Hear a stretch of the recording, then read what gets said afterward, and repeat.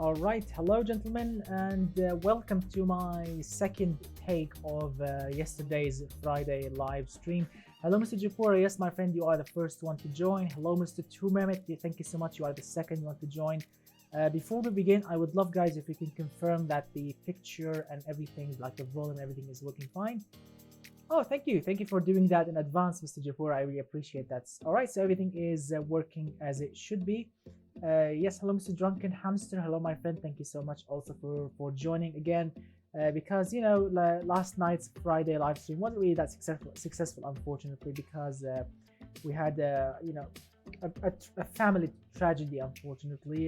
You know, one of my family members unfortunately passed away, my mom's aunt. But everything is you know, I mean, I wasn't really that close with the woman, but my mom was actually close to her. And I mean, what can we do? Unfortunately, we have a curfew here. I can't really be with my families because I go outside the house, I'll be basically fined a huge fine, and I'll spend the night in jail. So I can't go outside and be with the families. So yeah, I mean, basically I'm keeping in touch with the family with, you know, through the phone all day long. But what can we do? This is how life it is, and it's not really the best time, unfortunately, you know, being this way. But still, I mean, what can I do? This is life, and we have to move on. And I really appreciate everyone that sent me the best wishes, or you know, the best condolences and all of that. I really appreciate that. I mean, it's a hard time for the family, but what can we do? This is how life it is, and we move on. We move on, and may she rest in peace. And yeah. But you know, the mic sounds a little bit low. I apologize about that. Let's see. We can try and increase the volume. How about now? Is it great? Is it great, Mr. Liam? So yes, thank you so much for everyone that sent me, you know, your best condolences. I really appreciate that. I mean, it really means a lot to me that you guys are by my side all the time. It's just, you know, makes everything feels a lot, you know, better. Feels really so warm to the heart. Thank you. Big thanks for everyone that you know, did that, and for everyone that checked on me on Snapchat, on Instagram. Thank you so much for everyone that did that as well, and on Discord as well. Alright, so lives goes on, and we should also move on with this challenge. We should put it to sleep and finish driving all of your awesome vehicles. So last night we stopped at, let's select the map first. I mean, it wasn't really that easy of a map, actually. It was a bit difficult. Let me try something here. I think I know why the volume of the microphone is a bit low. I think I know why.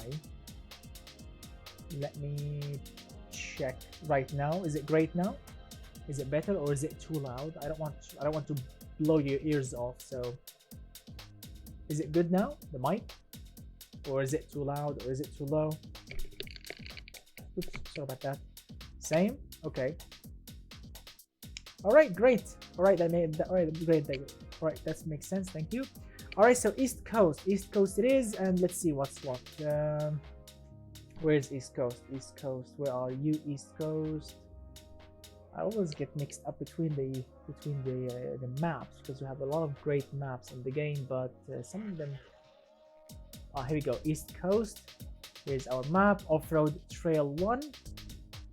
Come on.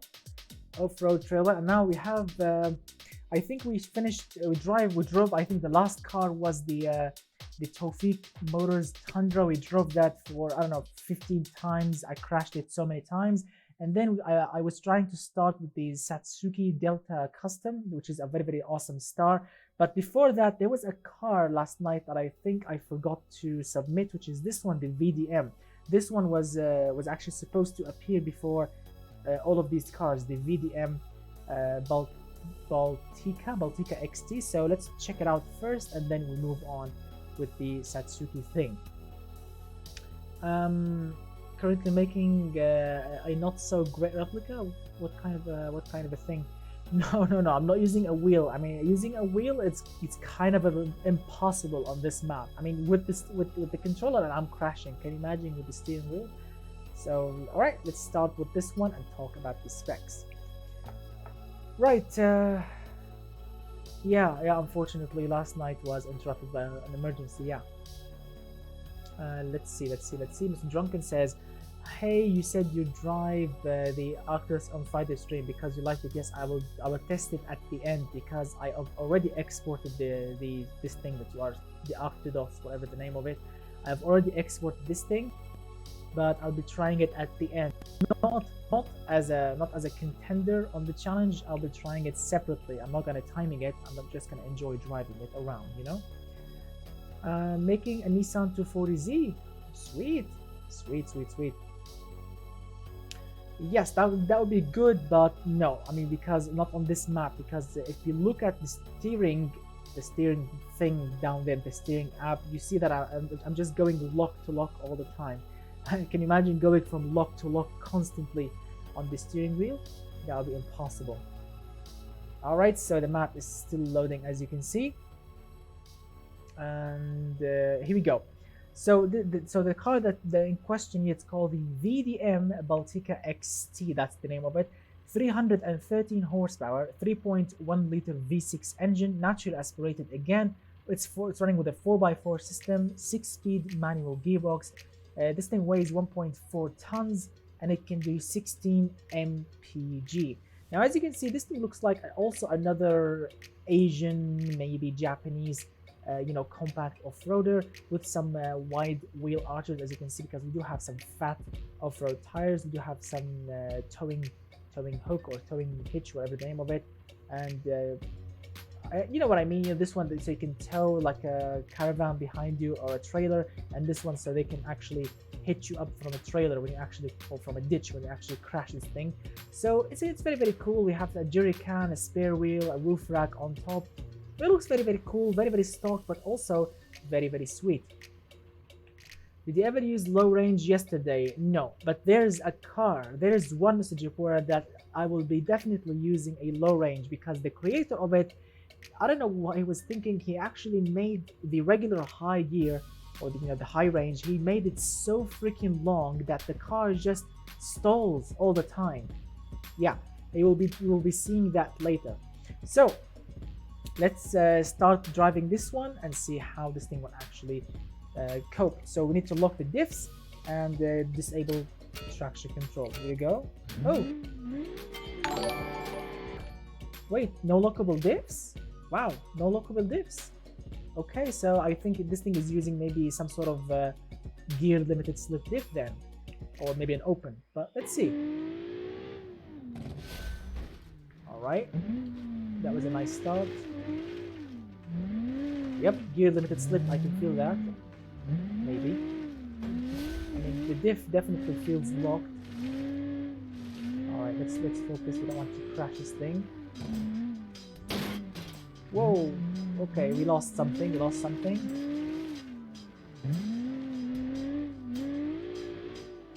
Yeah, the suspension is definitely bumpy, or the dampers are very soft. Yep, very soft dampers. Not really my favorite, but they work-ish. Here we go. Whoa, a lot of wheel spin. Okay, that's cool. Oops, we lost the side mirror again. I did apologize last night, because yes, the cars will be tested for durability, like parts and how well they will take crashes and bumps. Alright, here we go. Let's focus. We don't want to crash this thing more. Whoa. Here we go. Jump through. Alright, here we go.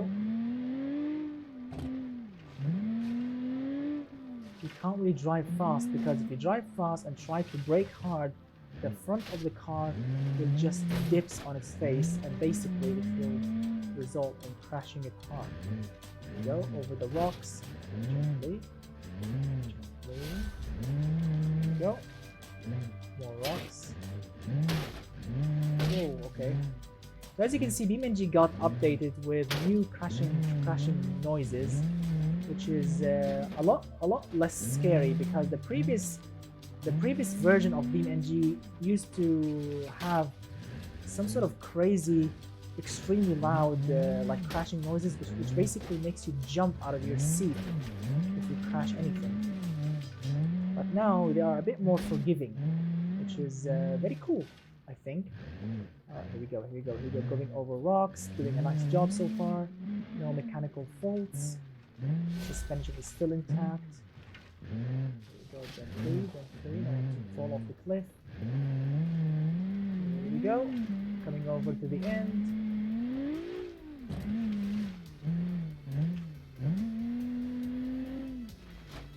Gear ratios are actually very sweet, I like them. The car is not really struggling at all, the engine actually is pushing all of its nice torque. There we go. Not bad at all. So 2 minutes 52.540. As you can see, the car was pretty easy to drive. I didn't actually struggle as much as of course the Tawfiq Tundra, but because of the soft dampers, I was super careful not to, you know, dip it on its face and basically result in crashing it. Not bad. So basically what we have in first place is the VW Touareg 2, and then after it we have the Zura off track thing, and then this one, which is the VDM Baltica, and in the fourth place, which is the Tawfiq Motors Tundra. We have 20 cars, my friends. We've already driven 4. That means we still have 16 cars to go. So very nice work to the VDM Baltica. It actually looks very sweet, stock, but also a little bit modified. I like that. And the engine actually feels very strong and very torquey. I mean, this thing just spins its wheels very nicely. It's using 4x4, but it's just a wheel spinning monster, and it feels very torquey, and I like that so much. So very nice work, my friend, indeed. All right, let's move on with car number 5, which is the, according to my book, is the Satsuki something. So where is it? Satsuki in the S area. Ah, here we go. The Satsuki Delta 2.0, 2.8 turbo custom. Here we go in all of its glory. Let's load it. So gentlemen, how's your Saturday going? Anything special you were doing before we started the live stream? Like anything special that you were of course you were doing or something? Playing a game, doing something crazy? Let's see. Good, so no messages so far. That means we are on the safe side so far. Mr. Japura says, I've been making cake for Easter with my mom. Oh, that's really awesome. Nice work. Very awesome, my friend. Enjoy it. Mr. Drunken Hamster says, okay, well, I'm gonna go get my cereal for breakfast. Awesome, enjoy it. Enjoy it, my friend. Mr. The Bizzle himself says, nothing interesting here, Buzz. Thank you. Mr. Cars42 says, pretty well. I was making some pretty funky replicas. Nice. We are all in quarantine. Yep, that's for sure. All right, let's see. Let's continue. All right, here we go. All right, gentlemen. So the next car, it's called the Satsuki Delta 2.8 Turbo Custom, which is very awesome. According to my book, this thing is running with 165 horsepower, 2.8 liter inline 5 turbo. Yep, 2.8 inline 5 turbo. It's running with 4x4 6-speed manual gearbox, and this thing weighs 1.4 tons. And it can do, and oh my god, it can do 32 mpg. Yes, my friends, 32 miles per gallon. This off-roader can do 32 miles per gallon. Very awesome. Now, as you can see, this thing received a star. There is a star mark next to it on my book, and obviously when you look at it, you understand why I gave it a star, because of the attention to details. I mean, yes, I know there's the lights are mirrored, but we can skip that. But as you can see, we have a front winch. We have, look at the 2.8 badge here, the license plate, the bluish stripes, and those country flags on the side. I mean, the car looks pretty much customized, which I really like. Customized rear bumper, tow hitch, a spare wheel, some boxes on roof, and a jerry can. It looks actually very tough, although it's only 165 horses. So let's see what kind of performance are we looking for here. So the creator had problems with the making non-mirrored ones, so he forgave. Oh, okay, that's cool. All right, so let's see what's what. Traction control off. Sorry about that. Oh, don't worry. I will try again. So traction control off. I always forget the buttons. Here we go. Let's try again. Here we go. Whoa. What's wrong? Why the gearbox is acting like this? Ah. Stupid automatic gearbox. Alright, now it's manual. Alright, very good. Very soft suspension, I can see that. Short gears, good for torque. This thing just floats over bumps. It feels like riding in a luxurious, extremely soft suspension vehicle. I mean, look how this thing is just floating over bumps. I mean, yes, it will be comfortable inside it, but as a performer, this thing is just, I mean, because the engine is so torquey, this thing just do wheelies all the time. This thing can do wheelies even on dirt because of the suspension too. Oops. Brakes didn't really work that hard, but not bad, not bad, not bad. Here we go, here we go, here we go. This thing is just floating. Be careful because the brakes are not that tough. Yep, the brakes are not that tough. Whoa. Yep, the suspension is definitely super soft up front, which means the front is dipping on its face again, which resulted in completely crash and stop immediately, like this. Yep, the ground clearance unfortunately is not plenty. Oh my god, we blew the radiator! Oh my god, we blew the radiator! Radiator is gone! We are leaking coolant! Oh my god, we blew the radiator! Alright, so the radiator or the clearance is not that plenty. Oh my god, we blew the radiator, so we are leaking coolant. Hopefully the engine will survive. Crap. Alright, let's be gentle, I think. Yeah, no, suspension is not really that forgiving. Come on! Whoa.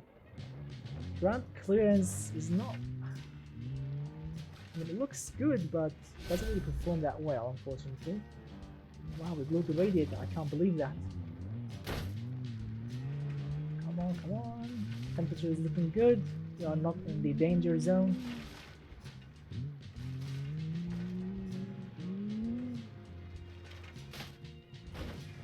Corner, don't understeer.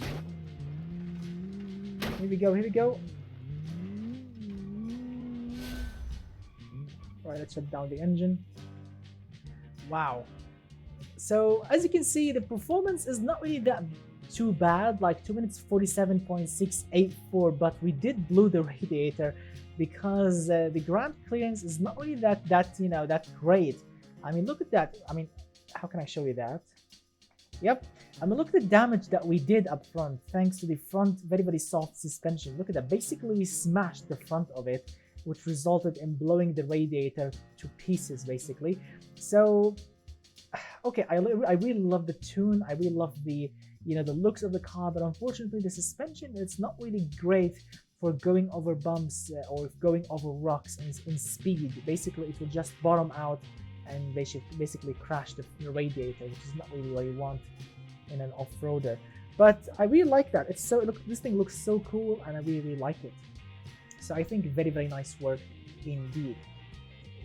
What's the problem, guys? Some of you are talking about low quality or latency. I mean, is any one of you guys having problems with the stream? Because I always run on low latency, so you can guys watch it with me like real-time interference. Yeah, so I think you should. I mean, if you have a slow internet connection, you can go like I don't know, 720p or even less. I think it can help. All right, so very nice look to this Satsuki Delta 2.8 Turbo Custom. I like it so much, but the suspension is not really that great. I like it. All right, let's move on with the next beast. All right, so the next car, I think its name needs to be, or supposed to be, Ramos Omni or something like this. All right, let's check it out. Ramos. Where are you? Here we go. Ramos Omni. So as you can see, this little unique thing is basically a ute. Not an off-roader, not an SUV, not even a pickup. It's a ute. It's an off-road tuned ute. So let's load it and take a look on it. Here we go. This is yours? Mr. Japura, this is yours? All right. Let's see what's what. It's gonna be really funky. I'm sure of that. I like utes so much, but not as off-roaders. I like the idea of making like a sport ute, basically like what Holden did with their what the hell they call it? And Holden something ute, whatever. You know, I like the idea of a sporty ute like the Gladiator 1000, or you know, a drag racing ute or something like this. It's just, yeah, the Maloo, yes, the Maloo. Very, very unique name. Very, very unique name, and I love it so much. Since the moment that I saw the Maloo, I really fell in love with it, because the whole idea of just like a regular car but with a rear bed, that is amazing, and putting an LS engine in it is just a whole nother thing. So let's talk about the Omni then. Let's see, the Omni, the Ramos Omnis sounds like a, I don't know, sounds Mexican, Argentinian. Ramos sounds Hispanic, I think Hispanic.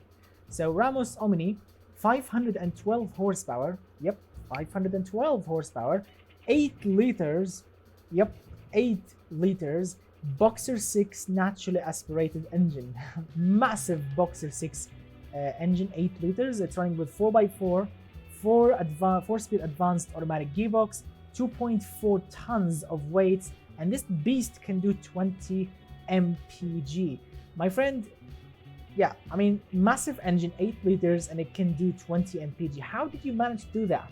20 mpg with a 2.4 tons and advanced 4-speed automatic gearbox and massive engine. I mean, just look how massive the engine, look at it. The engine is just taking the whole engine bay. Listen to that. 8 liters of naturally aspirated power. So it's gonna be fun to drive, I'm sure of that. Let's see how this thing will run. But before that, I mean, take a look at this funky looking body. We have side exhausts, as you can see. We have a ladder, which is very unique.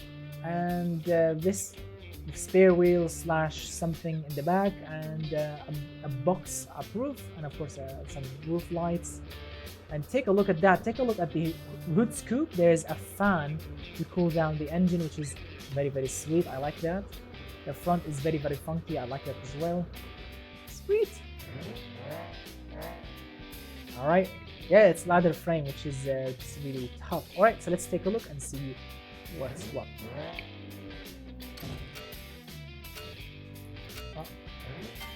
Oh, just a moment. I always forget the freaking buttons. Is it manual? No, missed it. Alright, let's try again. There we go. Put it in sport mode.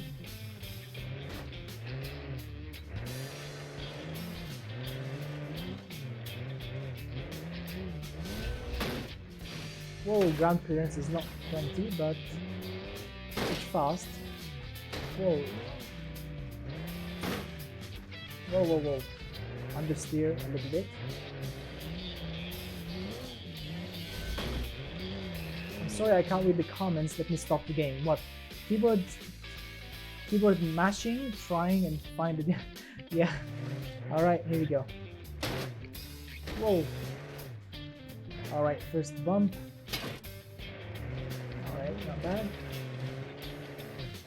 Gearbox ratio is unfortunately too. Oh, we crashed it!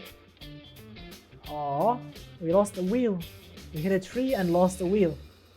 Alright, let's try again, But this time, I'll try going low range this time.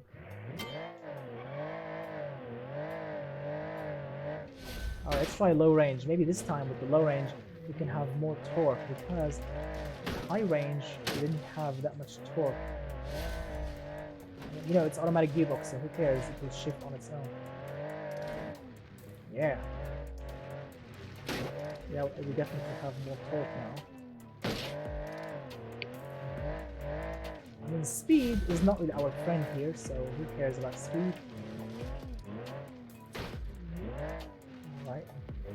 careful, don't want to smash a wheel off again.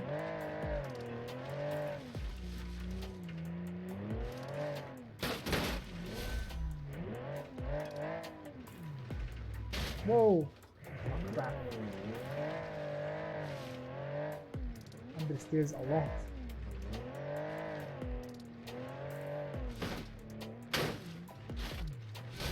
Stop! Oh man, we smashed the radiator again. Crap. Alright, let's try again. Let's try again. Sorry about that, gentlemen. I mean, it's not gonna be easy.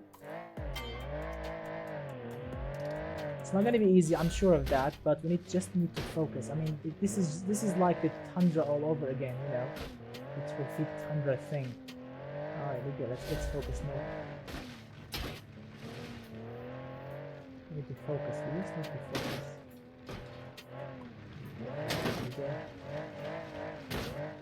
Whoa!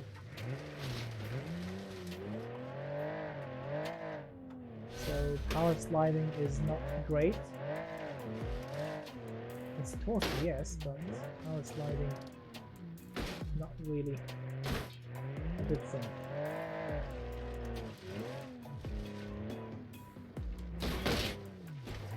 Whoa. Come on, drive out of the ditch.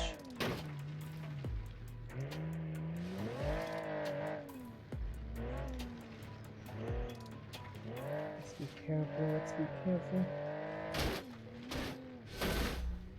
Whoa, that was so freaking hard. Alright, gentle, gentle. I think we broke the front suspension. The car is steering to the left on its own. Yep, the car is steering to the left. I think we broke the front left lower link or something, lower arm. I can feel it. The tires, oh, we lost something. It's a freakishly tough track. Basically, we tested the cars to their limits when it comes to durability.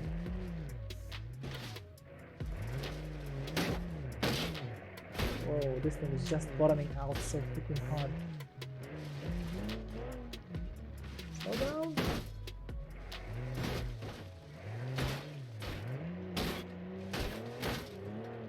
Oh, that was difficult. All right, let's see. Whoa, that was hard. All right, slow, slow, slow. Oh my god, that was scary. Oh no, no, no! I will reverse. I want to fall through the ditch or fall through the cliff because the front steering is not working anymore.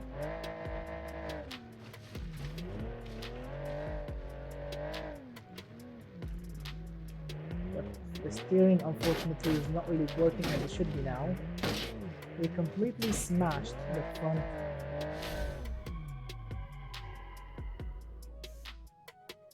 Wow, not bad. Not bad at all. I mean, I did actually reverse on some corners. I'll admit, this thing can actually go a little bit faster.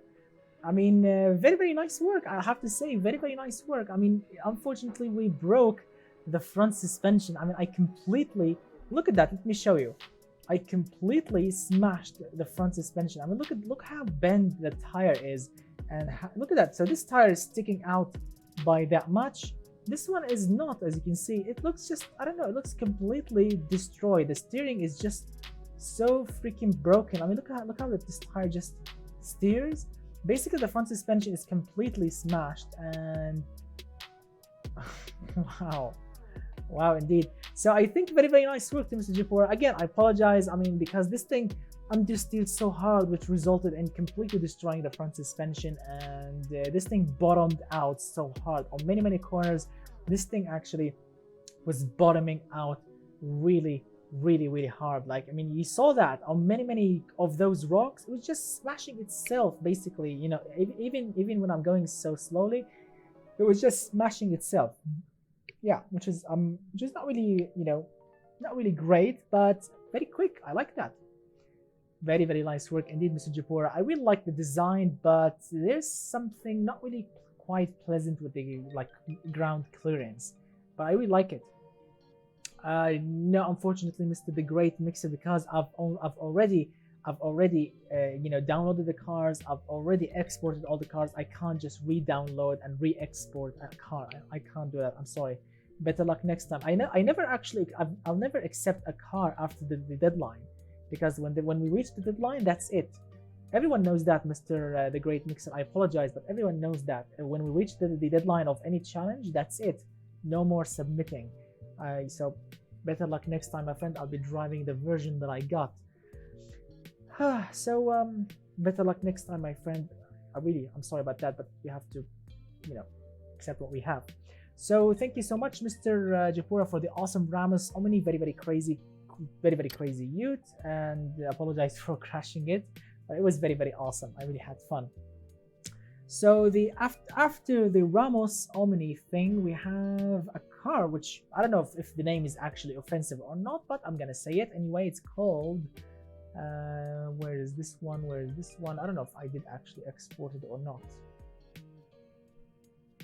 Is it here? Here we go. This one. It's called Popo. I don't know if it's poop or not, but it's called Popo something Carini. Popo Carini. So this is the one basically. So let's load it and see what's what.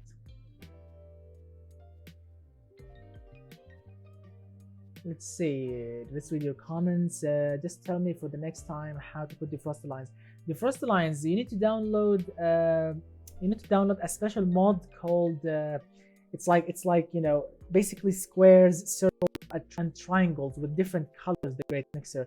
You need to download this mod, and basically what you need to do, you need to use those square, like pick a color, be red, yellow, black, square, squish it, make it a line, and just repeat it, duplicate it, make a lot of lines on top of each other. It's like a realistic defroster lines. Yep. So the Popo. So the Popo Carini is running with a 271 horsepower 4-liter V8 turbo. It's running with a 4x4 system, 6-speed automatic gearbox, 1.9 tons, and it can do 16 mpg. Now, as you can see, this thing looks rather classic and funky at the same time. I mean, we have the classic Jeep body, but I'm not seeing any kind of Jeepness here. We have some sort of square headlights and some sort of circular fog lights. We have some real special racing radiator setup and fans, like from a Dakar truck or something. 2 spare wheels, and it's not really super crazy, full of fixtures. No, that's not. I mean, it looks a little bit basic, but it's not bad. We have a light bar, 2 small jerry cans. Not bad at all, but it's really cool. I mean, I like the army green color. It looks very, very tough, and side exhaust. So not bad at all. Let's see. Let's read some of your awesome comments. Square boy, that's the name of it. So Popo something called means square boy, or what does it mean? What does it mean? All right, so let's drive this thing then. Let's see what's what. Diffs and it's old school automatic gearbox. All right, so let's stick it in second until we need third. Alright, so first glance, I can say.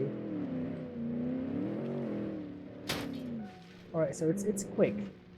Yeah, it's very quick. I can feel that. The engine is really torquey. Suspension is soft again, but not extremely soft. Come on, you stupid gearbox. Wow, we crashed a tree.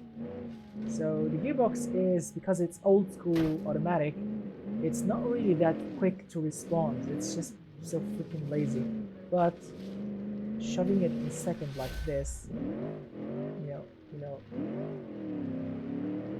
just makes everything a lot more easier. Whoa, that was difficult. All right, let's try again this time. Let's try again, shall we? It means cute Popo in Italian according to Google. All right, cute. I mean, I'm not saying it's badly looking car. It's not bad, but it's a bit basic. But I like it. It looks like a tuned army pickup, basically, with with the green army paint.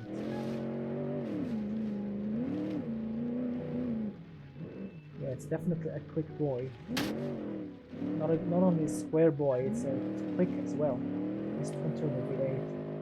It's just full of torque. Come on, gearbox! Stupid lazy.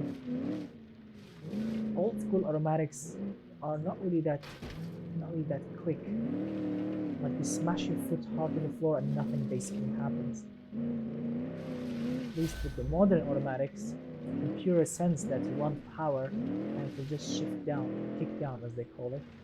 But with this one, because it's mechanical, well, you have to wait.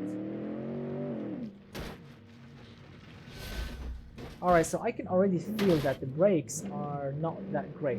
Yeah, trying to brake this thing is just not really that, you know, not really that easy.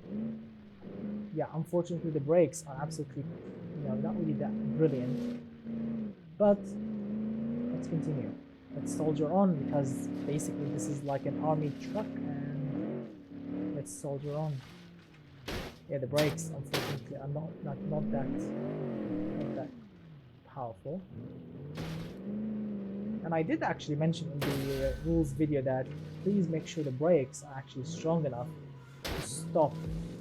I don't care about brake fading because we're not doing track racing, but at least make sure the brakes actually can stop this heavy beast. I like this truck so much, but I don't like the brakes. They are not quick enough to stop it. I mean, if you are in danger and you want to stop immediately, oh, good luck with that. Ground clearance is not bad. It's not really as crazy as the previous vehicle, but at least we are floating very nicely. No damaged radiators, no damaged suspension.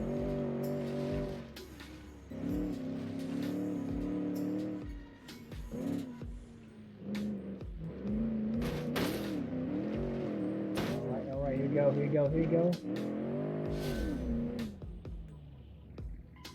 Sweet! And just like that, it's in the second place. Oh, look at that! 2 minutes 38.334. I mean, that was so close of smashing the first time. Ooh, look at that.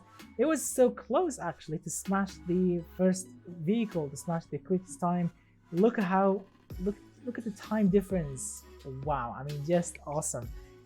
I really like that. I mean, this thing looks so tough, like an army vehicle, and it did actually cope very nicely. We did, you know, bottom out on some rocks, and I think the front suspension is a bit bent.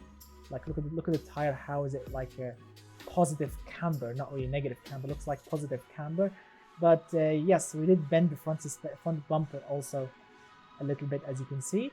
But I really like it. It's so funky and it's so like old school. You look at it and you think this is an old school army truck with like modified suspension and engine.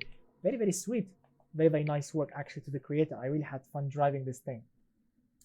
All right, so we tested 7 cars, means we have 13 ones to go. After the Popo, we have a star. Yes, gentlemen, prepare yourself for a star of the show, because what we have right now is a very, very awesome looking car called the Phonex. I hope I'm pronouncing it correctly. The Phonex GLX 350 Turbo. Right. Let's see what's what. The Phonex time now. Let's see if this thing actually is good to drive as it good to look at. Who's the creator of the Phonex? Is the creator here? The creator of the Phonex? Because I quite remember, I think I remember the description of the creator of the Phonex. I think he wrote, as a description, he wrote, this is a fine German pickup truck. I remember that was the exact words of the creator. This is a fine German pickup. I think that was the exact words. So as you can see, this is the Phonex 350 GLX Turbo, as you can see, with all of its glory. This thing is running with a 350 horsepower, 3.8 liter inline 5 turbo. It's all-wheel drive. Yes, my friends, all-wheel drive, not 4x4. Running with 7-speed manual gearbox. This thing weighs 1.7 tons and it can do 30 mpg. Yes, my friends, 30 mpg. Now as you can see, we do have some pretty awesome, good looking fixtures going on. And look at that. So what we have is a front push bar, the beautiful eagle maybe logo, which is very cool. We have some daylight running, customized headlights as you can see, and fog lights as well. Very cool.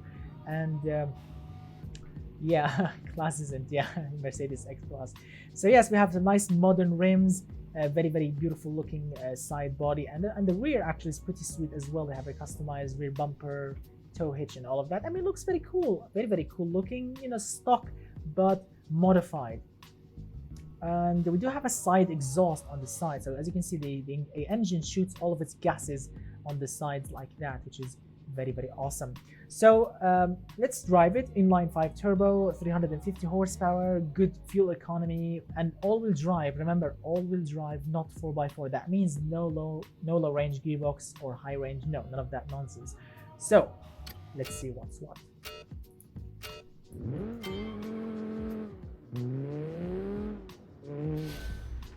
And I think a lot of parts will fall off, because I know these parts or these fixtures that the creator went with, and these fixtures unfortunately are not really the toughest ones when it comes to beam engine. But let's try our best.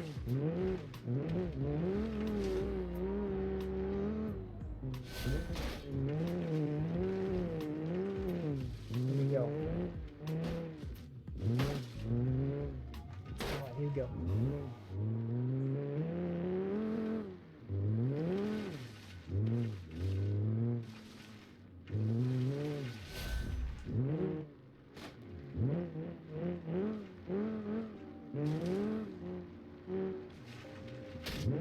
Alright, inline 5. Oh my god, we crashed the front. The front diff is gone. But let's soldier on, or not. Oh my god, the front diff is not that tough. Alright, let's try again. Wow, the front diff is not that tough. The mounts actually are not that tough. So let's try again.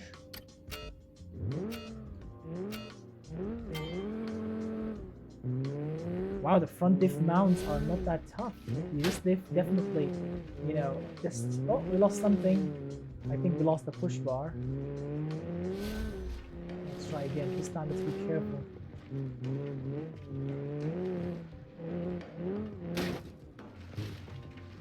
Whoa. Come on, slide. Slide, you big thing. There's a lot of wheel spin. Let's say that.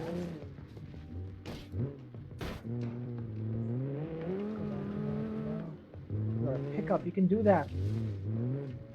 You were designed to do that. Come on. Alright, so the all-wheel drive definitely handles a lot better than the 4x4. The 4x4, there is a ton of understeer, but the all-wheel drive is a lot less, understeering. And you can actually power slide with this thing, unlike 4x4, which is nearly impossible. And here you can use the handbrake, also unlike the 4x4. The 4x4, if you use the handbrake, basically will understeer and fly off a cliff. But with all-wheel drive, whoa! Oh, we lost the bumper. I told you, bumper is not really that tough. Gently. Come on, pick up, do it. Here we go over those tough rocks. Torque is very nice. The turbo definitely is spinning very nicely. You can feel the turbo kicks in very early, which helps really pushing all of that crazy torque. Here we go.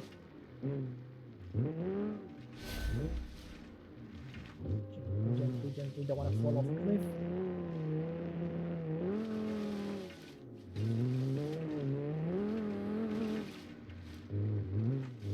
This thing definitely can fly. I mean, if we were on a rally circuit, like no rocks, just sand or gravel, oh my god, this thing would just be a flying monster.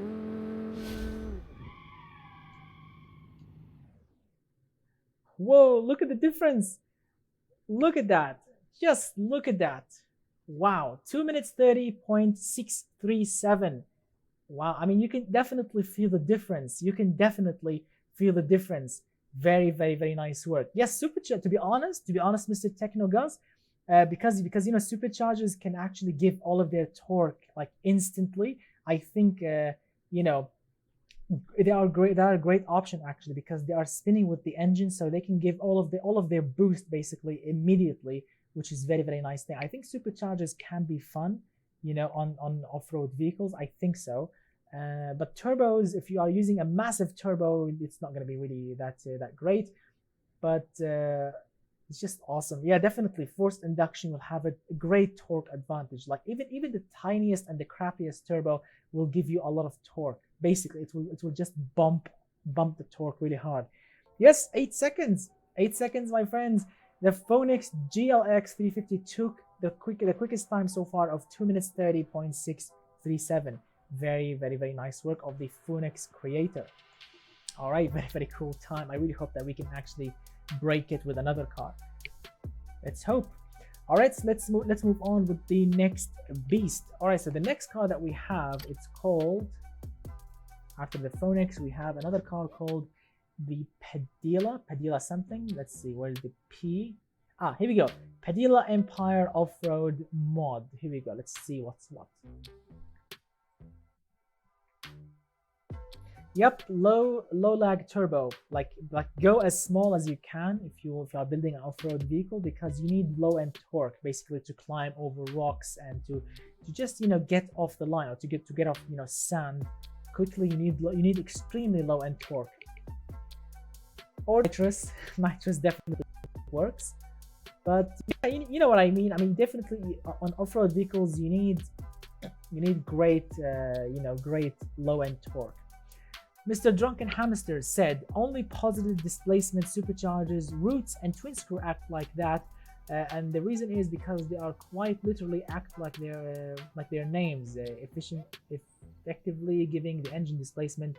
They have meaning 5-liter engine with 3-liter supercharger, basically acting like if you're an 8-liter engine. Yep, I've heard that somewhere. Yes, that's correct. And I like twin screw superchargers. I mean, twin screw, they look cool. Root superchargers, they look awesome on old school V8s, but twin screw, I don't know, they look very, very modern and very crazy. But I mean, the least favorite type of superchargers is the centrifugal. I don't know, because it looks like a turbo but with a belt running up its back basically.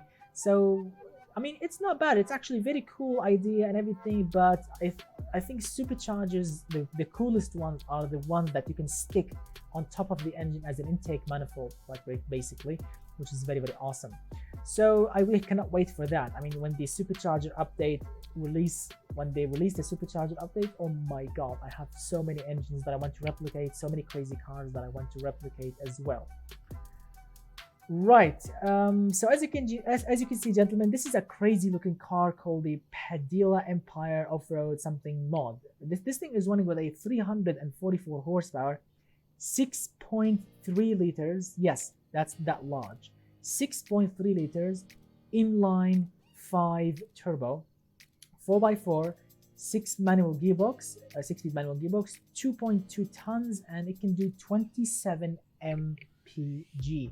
So as you can see, it's really crazy when it comes to spec. Here's the engine with all of its glory, and we do have some nice fixtures going on. I mean, you know what kind of body is this one. This is basically the futuristic body in automation game like the 2020. But what we have is a cool looking snorkel. Look at that. I love the hole that goes into the engine bay with the modern side mirrors, the modern door handles and everything. The car looks pretty modern. Look at the defroster lines, the antennas and all of that. It's a very modern vehicle, but with a lift kit, or you know, old school, or you know, I don't know what the hell they called it, you know, lift kit off-road package.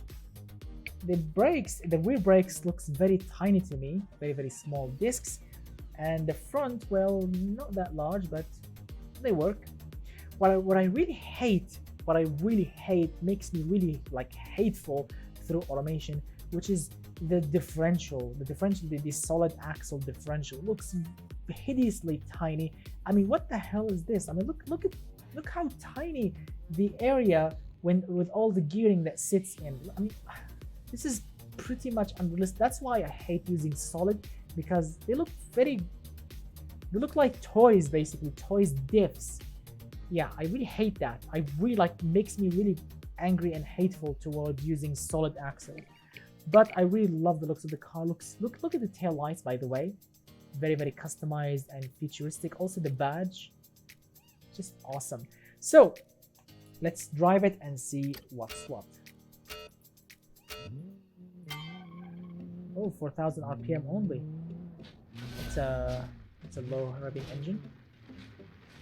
Oh, a lot of understeer.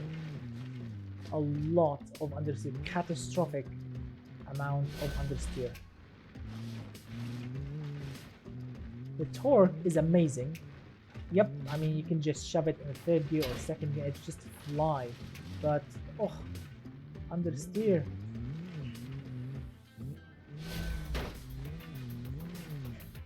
Whoa. Don't steer by your own. Here we go. So first gear is pretty much useless unless of course you are one to come out of that pretty bad ditch. Second gear feels like first. Because very, very low gearing. I mean, I don't understand. I'm using a high range, but the creator thought about making the high range extremely low. So can you imagine putting it in low range? It will be even lower. Whoa, that was a big one. But the front suspension seems intact. Alright, oh my god.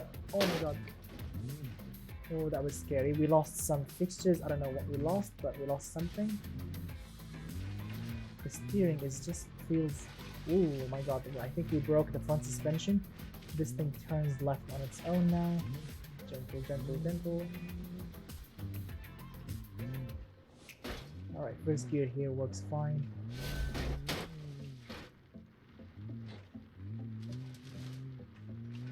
Here we go, gently over the rocks. Put in second. Try to fly off. Here we go. Back to first.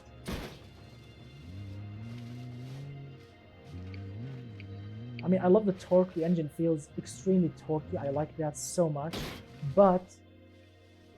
oh, we stalled. Crap. Alright, here we go. Oh my god, the steering is just loose. There is no steering anymore. Whoa, there's absolutely no steering. The car feels like I'm not steering anything. Come on, just a couple more.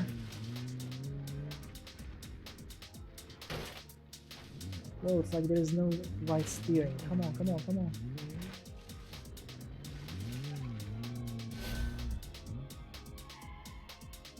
Wow, I mean, 2 minutes 36.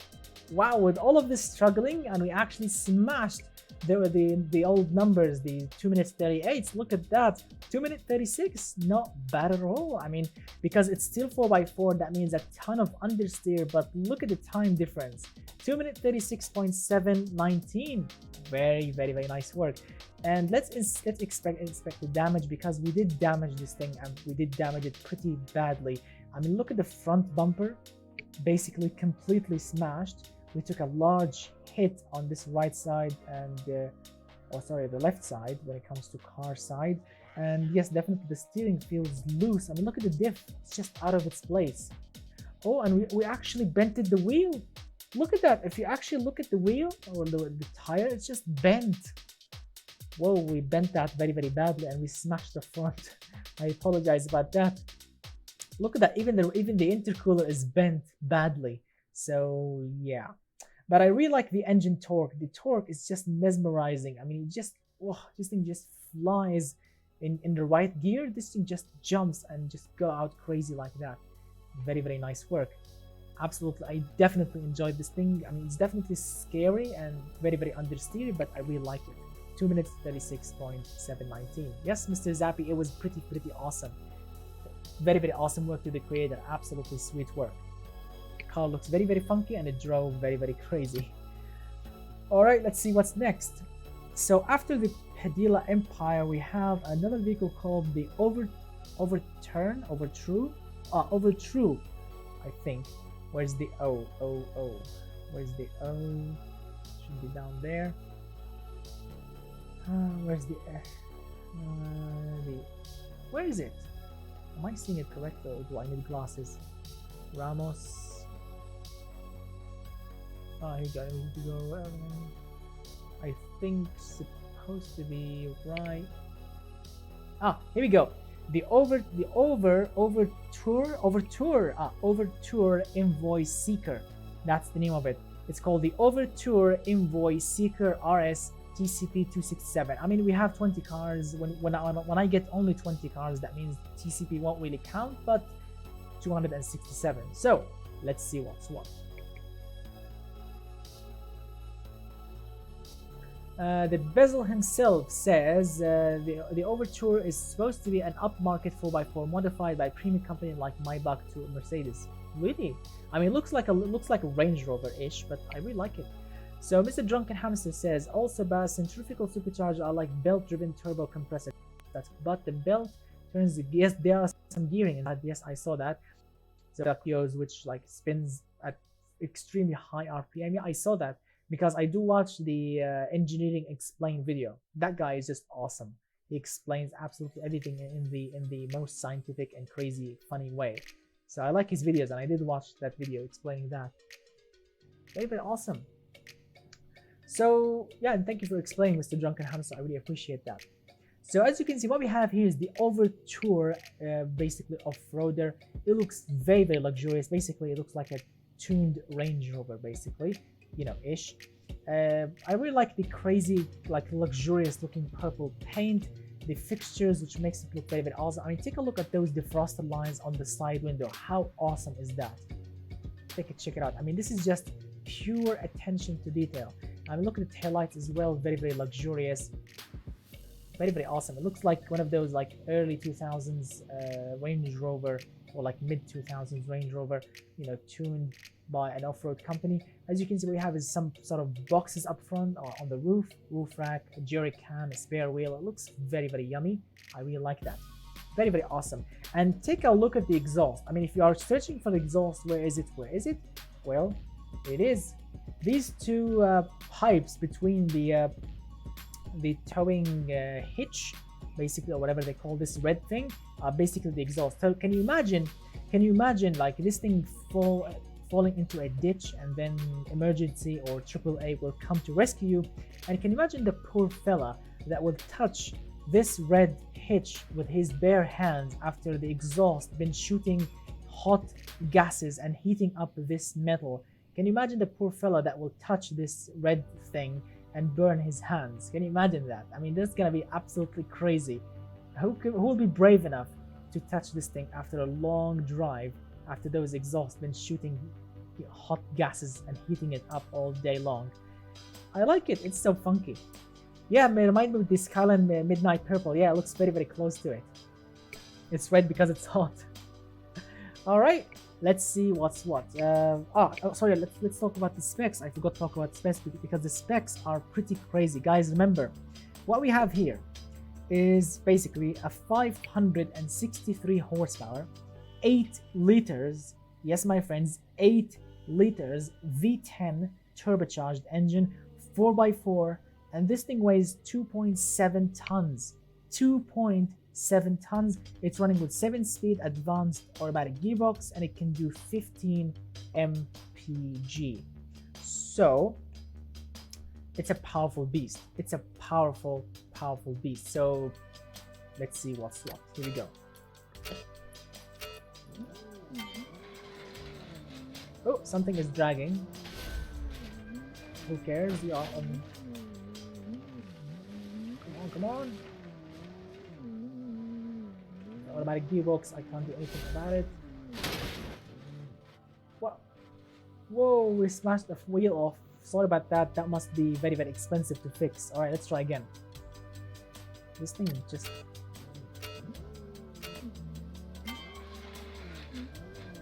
Wow, we smashed the wheel off. How expensive is that? I mean, this thing weighs 2.7 tons. It means It's full of, I don't know, leather, screens, wood, all the luxury parts. I mean, come on, that's a massive V10 up front. It's running with 500 and something 60 horsepower, so yes, torque is just mesmerizing. I mean, this thing is all-wheel drive, but it's spinning its tires crazy. You can actually whoa. Okay, just gently. You don't want to smash a wheel off. So you can basically just power slide it easily because the engine is so, look at that. Oh, understeers, but you can basically power slide and just oversteer crazy.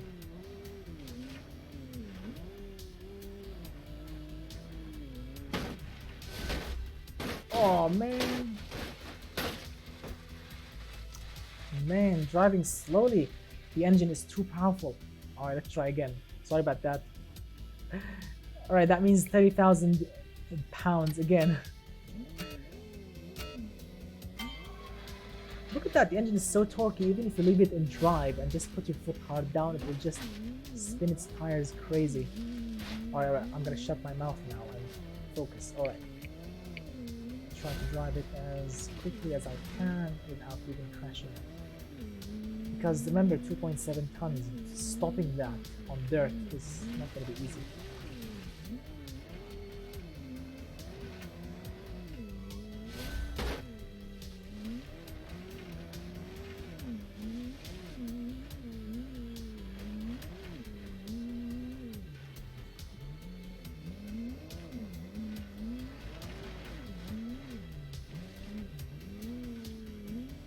Here we go. Here we go.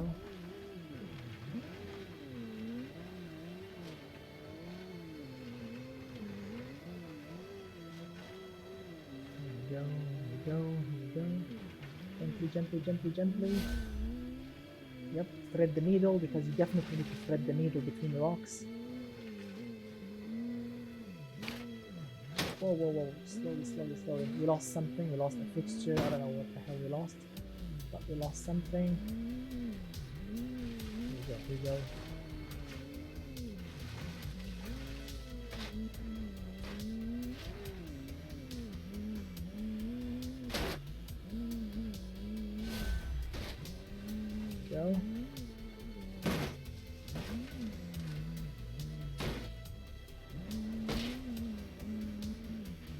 Scratching underneath the vehicle, that should be expensive to fix.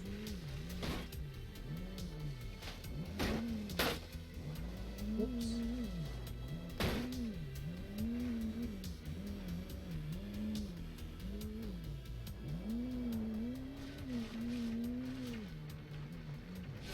Yeah, the brakes unfortunately are not really that tough enough to stop a 2.7 ton vehicle on dirt.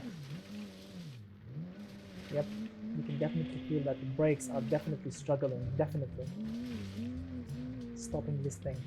Look at that, you press the brakes and basically nothing happens, just continue driving forward at speed. Whoa, that was crazy.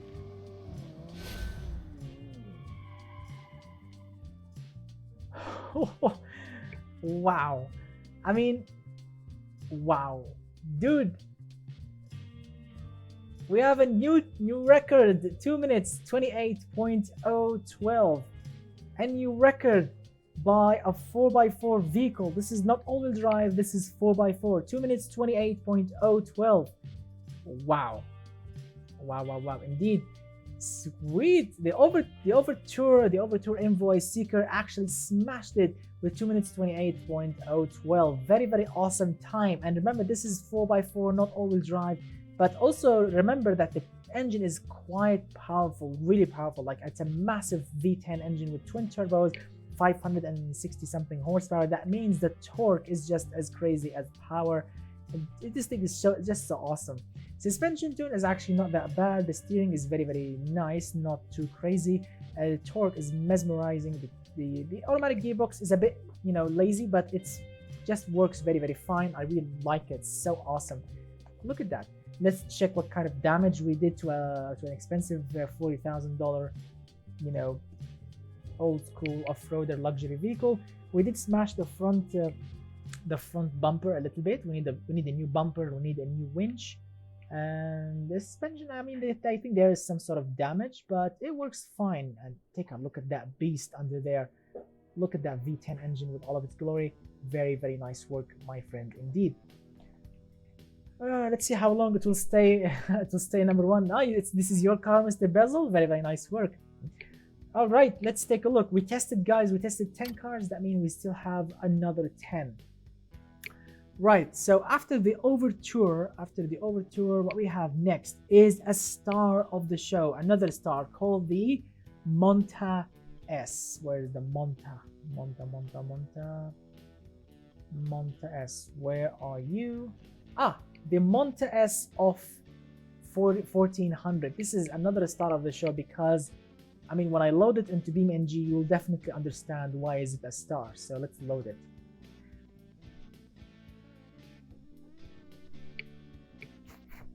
Right, so the Monta S is a star because, first of all, it's a beast looking truck.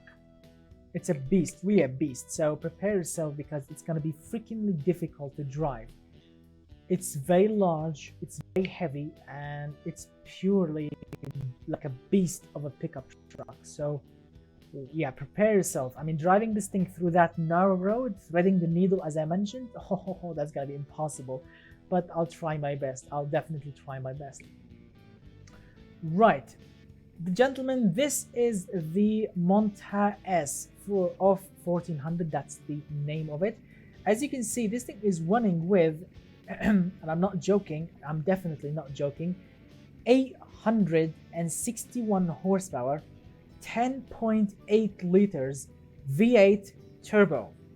Yes, my friends, 861 horsepower, 10.8 liters V8 turbo, all-wheel drive, 5-speed manual gearbox, 2.6 tons the total weight, and it can do surprisingly 16 mpg. I don't know how's that possible, but it can do 16 mpg. And as you can see, it looks like a tough beast. I mean, look at the headlights. Look at those. Look at the front funky bumper. I mean, how crazy is that? We have some sort of light in the middle here, which is very, very awesome. I mean, you have a sunroof, an antenna, but all of this just doesn't make any sense. I mean, look at the shark vents on the top of the fender, also back here in the back, and look at the 2 spare wheels in the bed, basically 2 spare wheels in the bed, and look at the vents down there. Look how fat and big this thing is. I mean, the taillights are another story. Look at the taillights and the rear bumper. It looks like a beast, basically. It's an absolute old school truck American beast, and I like that. I'm not saying it's bad. No, I actually love this thing. And look how big and fat this engine is up front. Just consumes the whole engine bay. Look at that. 861 horsepower. Yeah. Let's cross our fingers and let's take a brave pill and let's drive it. I don't know if it's gonna complete the whole track or maybe explode in the middle or fall off a cliff, but I don't know. Let's just see.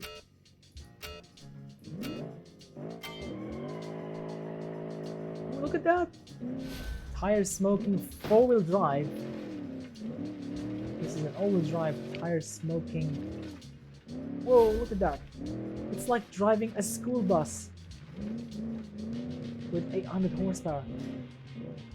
Oh, surprisingly, it's not that difficult to drive. Oh, we crashed a tree. Obviously, it's a large vehicle. We will be definitely crashing it, but it should be tough enough. We lost a bumper, I guess. Oh my god, this is freaking large. I mean, I'm having no problem whatsoever accelerating. Obviously, you have a powerful engine, but I'm having so much trouble navigating through the trees and through all the boulders and whatever the hell the name of them. Wow. Alright, gentle, gentle, gentle, gentle. Threading the needle between those 2 rocks. Alright, nailed it. Whoa, whoa, whoa, whoa. Freaking, that was scary. Can you imagine a 2.6 ton truck? The bed was flying like that. I mean, this thing is not just driving over rocks. This thing is just smashing those rocks. This thing is just crashing them, crashing the rocks. I mean, 2.8 tons. What kind of rock will take a punishment of an 2.8 ton, 2.6 ton vehicle? Look at that, just floats over them, no problem whatsoever. I mean, I know it has a powerful engine, but you can't use the power. You just can't. You will fly off a cliff.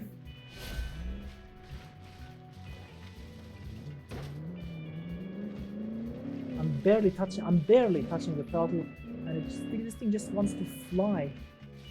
I mean, on the drag strip, oh my god, this thing will smash everything. I mean, 800 horsepower, what do you expect? Look at that, a massive power slide.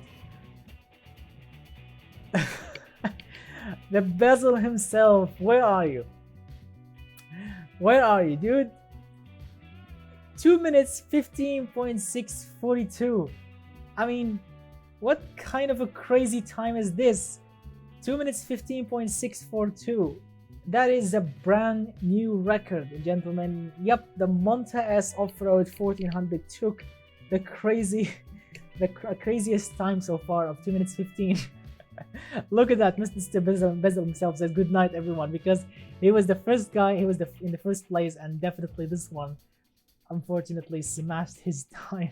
I'm sorry, my friend, I genuinely sorry. I mean, I tried my best not to crash it. I was really careful. I was actually trying to go super fast, but the 800 horsepower engine definitely helped, and the suspension actually was the pretty story here, because I mean, yes, we did smash it a little bit up front. I mean, the same story with every single car so far. None of the cars, you know, finished the whole course without crashing, but suspension actually was pretty nice. The ground, I mean, look at the ground clearance. You can just lie down underneath it. I mean, just look at the ground clearance. Just for a moment, look at the ground clearance. You can just put a pillow and a cover and just sleep underneath it. It's just, you can live underneath it. Just so freakishly high. Amazing, and that definitely helped clearing all the boulders and all the crap basically on the track. Amazing, what a monster. This is basically a monster, an off-road 4x4 tuned monster. Very, very American and very crazy. I like it. Alright, so let's see what we have next. Very, very nice hook to the creator of the Monta. Alright, so the next vehicle is not going to be as crazy as this one. It's called, well, you can guess the shape of the next car by its name, because it's called the Mino Machete. Yep, the Mino Machete. So let's take a look. Ah, that's the one. The Mino Machete. Here we go. I mean, you can already see what kind of car is this one.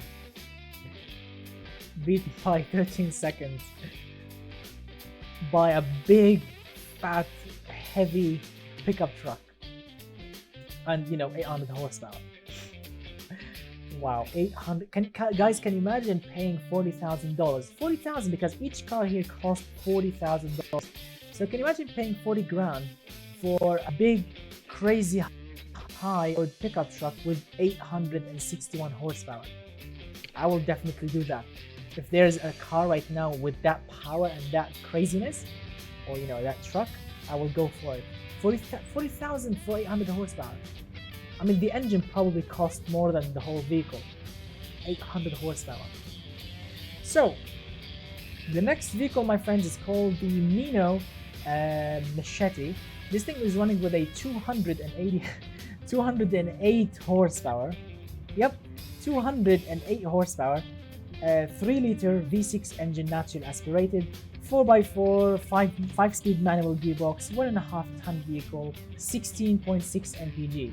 So it's pretty realistic, this one, I'll have to say.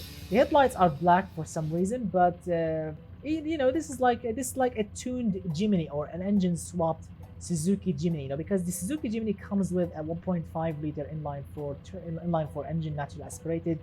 And this one, it's like, you know, a V6 swapped Jimny basically, which is very cool. I like the Jimny so much, it's so cool. So let's see how this crazy little cute thing will actually do. Ah, no traction control. Ooh, this V6 sounds good. It's a high revving V6.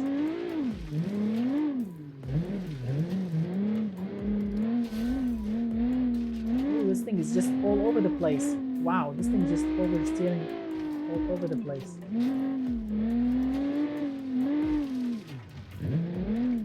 Wow, it's actually... Oh, we lost something. LS swap. Can you imagine a Suzuki Jimny with an LS engine? I don't think it will fit.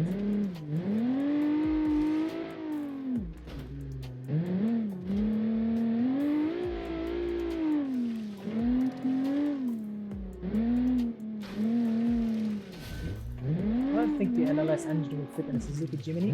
Unless by a miracle they cut like half the car to fit it in. I don't know, but I think some crazy dudes did it somewhere.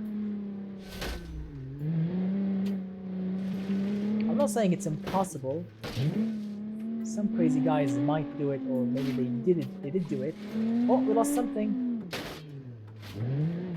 So ground clearance is not really as crazy as the previous monster, but and I'm smashing it through walls and everything, but it just keeps working. This is what I like about the Jimny, because it's very honest. It's just a good off-roader that can just take all the punishment and keep on working.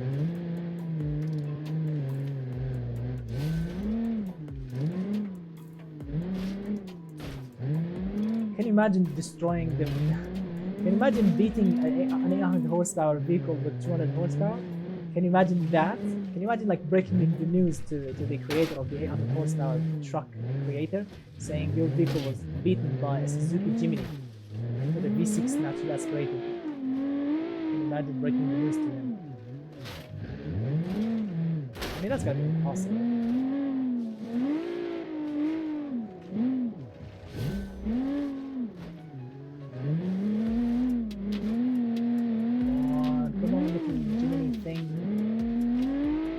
With me. Look at that, I was actually full throttle. I went with full throttle with this thing. Obviously it's not a 800 horsepower monster, so you can actually go full throttle.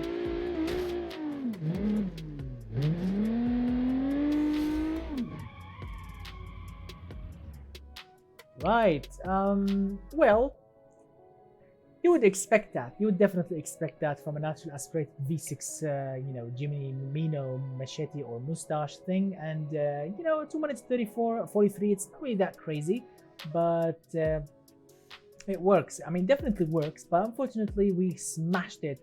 We completely smashed the front bumper. And look at that, not only the bumper, the hood, the fender.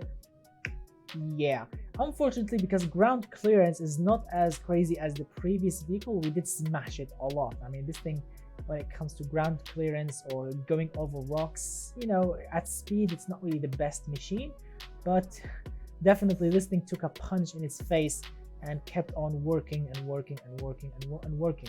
So I can see that some of you guys sent me, Mr. Drunken Hamster sent me a link to a YouTube film, and I think the film is basically an LS swapped Jimny. I mentioned that maybe some people did do it or not, but they sent me a link that means yes, people actually did it. And I'll be definitely checking it out later. I mean, I would love to see that. Turbo LS Geo Tracker Suzuki Samurai. I mean, wow. Wow, indeed. Alright, so very, very nice work. 2 minutes 43. Not the fastest time, but not the craziest time as well. So it's like in the middle, ish. So very, very nice work. Let's see what next. No, the Hawk, I think the Hawk should be... Oh my god, Mr. Hawk, you are in the perfect time, because the next car, and I'm not joking, I swear, the next car on my book after the Mino Machete is the Hawk MO1 thing. So let's pick it up. You are in the perfect time. Where's the Hawk thing? The Hawk. It should be in the H area, I think. Where's the Hawk? Where's the Hawk? Am I blind or something? Where's that? Should be around here. Here we go. The Hawk MO1 Offroad. All right, let's drive it and see what's what. Yep, my friend, you are in the perfect time. I promise you. The next car after the previous car is your car, the Hawk MO1 thing, which is very awesome. This is where Hawks just walks and wrecks us all. Yeah. All right. Let's see. Let's make it. Let's load it in first. Here we go.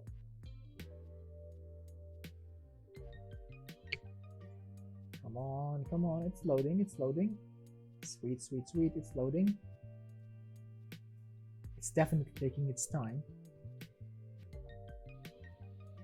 Right. So the next car, gentlemen, is called the Hawk MO1. That's the name of it. This thing is running with 226 horsepower, 4.6 liter inline 6 naturally aspirated. I think it's running with mechanical fuel injection, very old school system. 4x4, 4-speed old school automatic gearbox.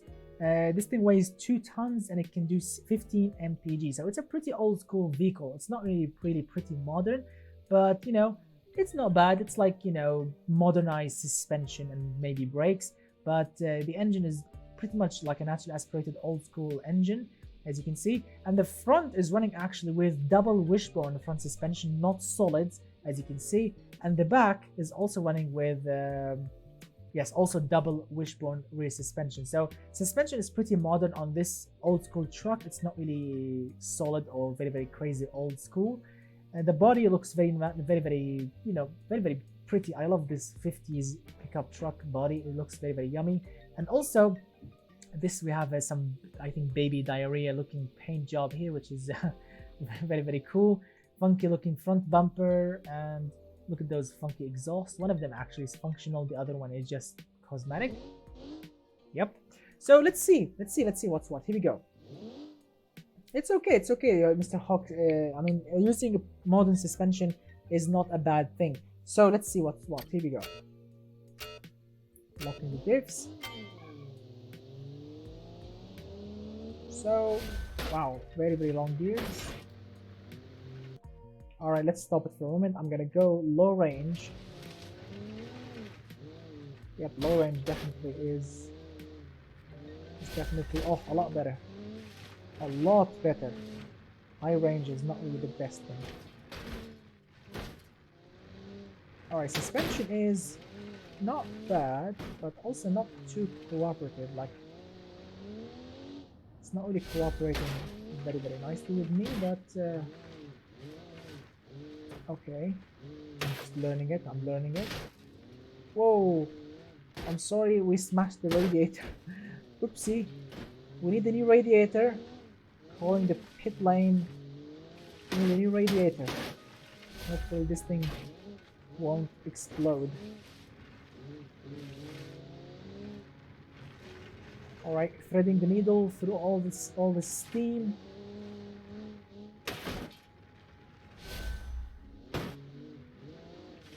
This is our second radiator for tonight. Whoa, gently. Oh crap. I think I smashed the front suspension completely, but oh my god, I definitely smashed the front suspension.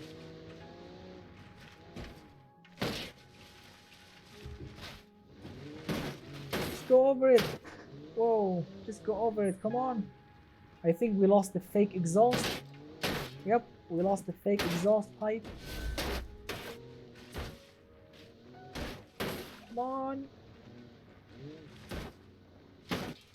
Whoa. Oh, man. Come on, drive up. Nope. Oh, man. Okay, let's try again. Yep. I think a V8 would be a better option here, because the inline 6 is not really that torquey. You know, V8 is a lot torqueier. I mean, I love the inline 6 noise, it's just pretty sweet, but you know, the V8 is definitely a torque maker. Like if you went with an old school, maybe carbureted V8. I mean, if you want to go full, if you want to go full old school, I would love actually if you went like full old school, like a carbureted V8, maybe solid axles, maybe drum brakes. I'm not joking. I mean, why not? You can do that if you want to. Because I mentioned in the rules video, if you want to go old school or classic, you can do that. Seeing a classic, like an old school, like a V8 carbureted, maybe like a, I don't know, a 350 Chevy or a 351 Windsor Ford, I don't know, whatever, you know, you feel like it, or a 440 Mopar, you know, or even a classic inline six like the Stove Bolt or the Iron Duke. I love the Iron Duke inline six engine. The name of it is just amazing, the Iron Duke. So you know, something like this. If you want to go old school, my friend, just go old school all the way. Because this is not, you know, modernizing a vehicle. This is an off-road challenge. Oh my God, go over it! Ground clearance is not really our friend here.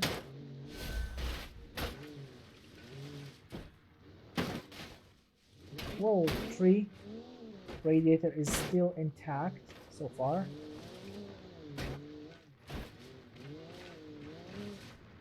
I mean, I'm sorry, but this thing is taking a very, very hard beating. Like, completely.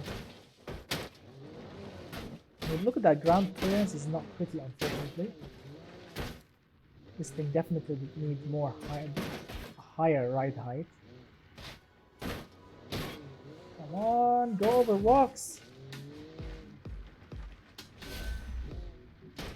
I'm sorry, I can't read any of your comments. I'm like focusing really hard not to fall off a cliff again.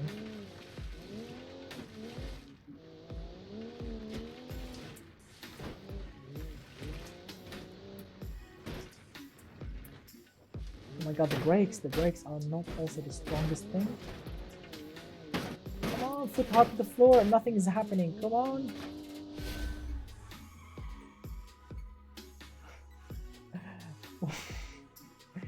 Wow. Okay. Yes, yes, the double wishbone unfortunately will make it go low, really low, like against the solid axles, which you can go crazy high. As you can see, I'm driving like your mom. I didn't see it. Oops, I didn't see the rock of the tree. Yeah, I apologize about that, but unfortunately the suspension is not really coping well. I mean, you saw that this thing was bottoming out extremely high or extremely hard. I mean, let's check the damage here. I mean, look at that. We bented the chassis a little bit. Look at the chassis. It's a little bit bent actually because of those rocks. And I mean, I don't know how this front suspension actually survived, but I mean, look at the front sway bar. I don't know how this thing actually stayed intact and not just, you know, completely shattered off. But as you can see, it's still intact. We completely smashed the exhaust. There is no exhaust anymore, just a pipe with a bend. And I don't know how this thing survived, but it did survive. But it's very, very cool. I like old school trucks. They look absolutely very, very awesome, very, very tough. But look at that. Look at the damage. We actually also smashed the right front side of it. Completely smashed it. As you can see, we need a new fender, new bumper, new grille, maybe new hood. So yeah, this thing took a punch in the face but kept on working up to 2 minutes 41.73, which is very, very awesome. Good work, my friend.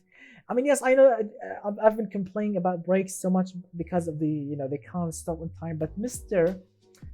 Drunken Hamster, some of the vehicles did stop very, very fine. You know, I mean, you press on the brakes and just stops extremely hard, but this one, you just press on them and just continue driving. So some has better brakes, some not, but I'm really having fun. Really, really amazing cars. All of you guys did amazing work tonight. Amazing looking cars, absolutely sweet all the way. So let's see what's what. After the Hawk MO1, according to my book, the next car is called the Fujita something Wolf Trail. Where are you? Where's the Fujita? Where is it? Fujita, where are you? Here's the Fujita. Can you imagine driving this one? No, obviously not. Because this is the one, the Fujita Wolf Trail Off-Road. This thing received a star because, well, just look at it. It received the star because it looks absolutely awesome, as you'll be seeing in a moment. Really amazing looking truck with great attention to details. Oh, it's your car, Mr. Big Boy Shaib. Hello, welcome. So you are in the perfect time because your car is up to the test right now. Hopefully it will survive because it's another massive beast. So let it first load in so we can talk about the specs. It's also another powerful monster, but not as crazy as that 800 horsepower thing. But let's see. All right, gentlemen. So what we have here is the Fujita Wolf Trail thing with 420 horsepower, 5.3 liter V8 turbo.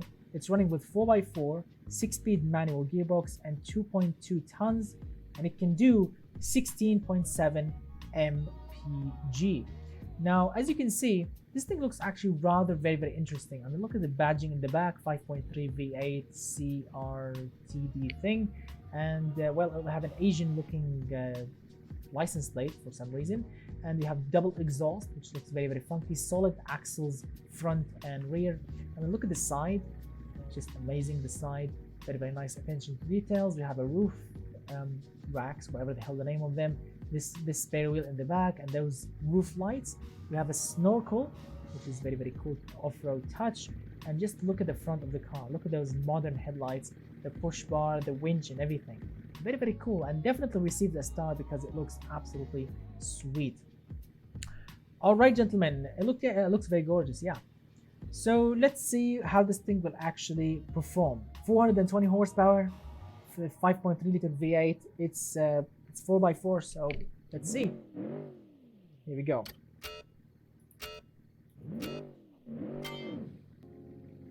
Ooh, all right. Now this is the truck that I mentioned. This is the truck that I mentioned. Where are you, Mr. Japura? This is the truck that I mentioned. Mr. Big Boy Shaib, my friend, you made it with extremely, and I mean it with the sweetest way possible. I don't want to sound offensive.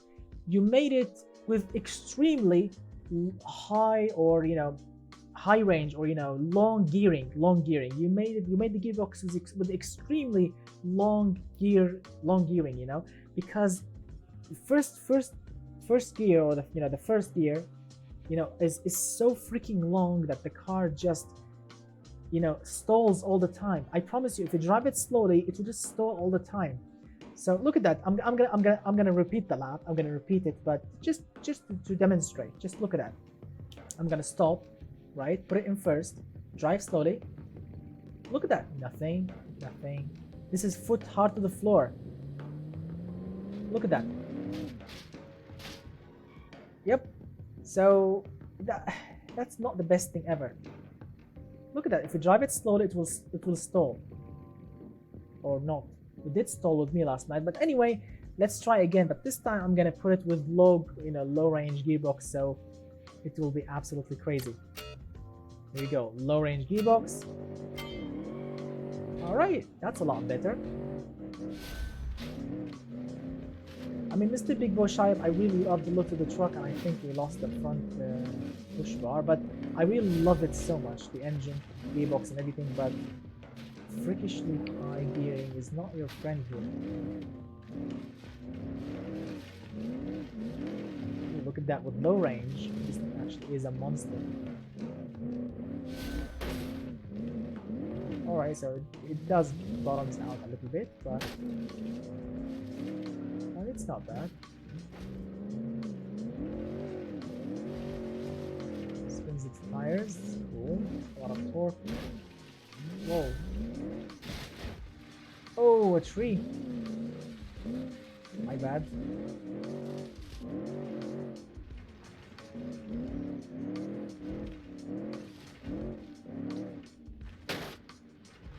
Oh, thread the needle. Right, great. This thing took a punch in the face, but it's still working. Ish.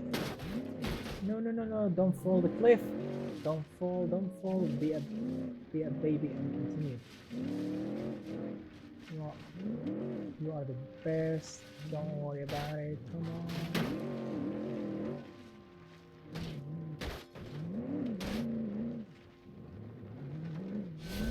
Come on.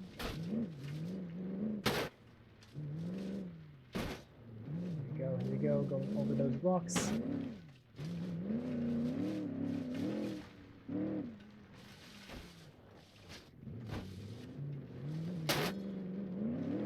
Here we go. Oh, that was a big one.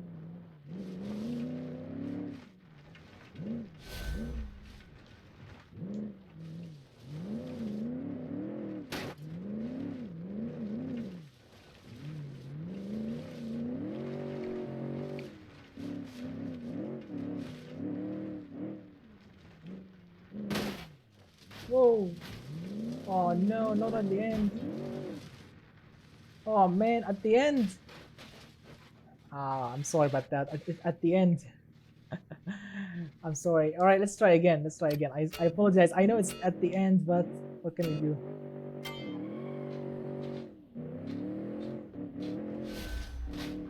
Yeah, the suspension is, unfortunately, is a bit not really that cooperative. Come on!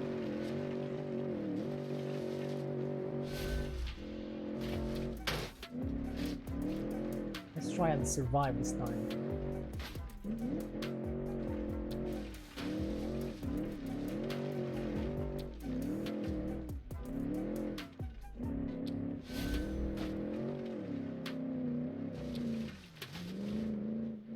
This is like, I mean, this track reminds me with, you know that Top Gear episode when they threw Richard Hammond on top of the, I don't know, Rocky Mountains or something, and they have pickup trucks to go and rescue him. Oh, the same tree. Right. Okay. One more time. Hello, Mr. Luke. Ah, what's happening? The car launched itself before the counting was finished. With Beam and me. So yes, remember that episode when they threw Richard Hammond on top of that mountain and they hired or they rented or whatever the stolen pickup trucks? And remember when James was like driving very like intelligent and and slow, using torque and intelligence, driving very slowly, and unlike me, which I'm hitting trees all the time. Right.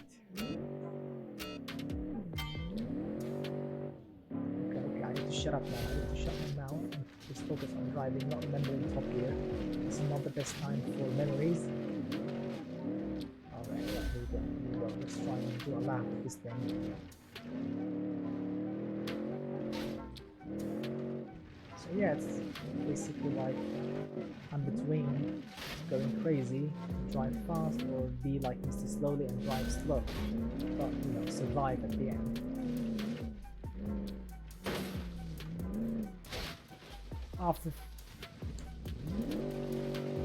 Oh, you gotta be kidding me! Alright. Come on, what's wrong with BMG? This is the Tawfiq Tundra all over again. Remember the Tawfiq Tundra last night? How many times did I repeat that thing? This is the Tawfiq Tundra all over again. Oops, we smashed a lot of things off. That should help saving weight.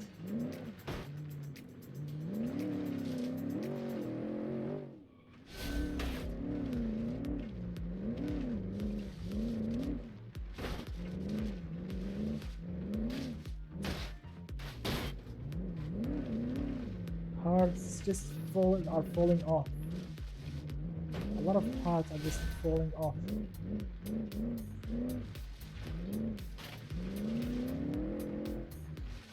Alright, let's try and thread the needle again. So I want to repeat the lap again. Oh my god, the suspension is not working. I'm sorry to say this, but oh, for God's sake! What's wrong with me? Okay, let me take a deep breath.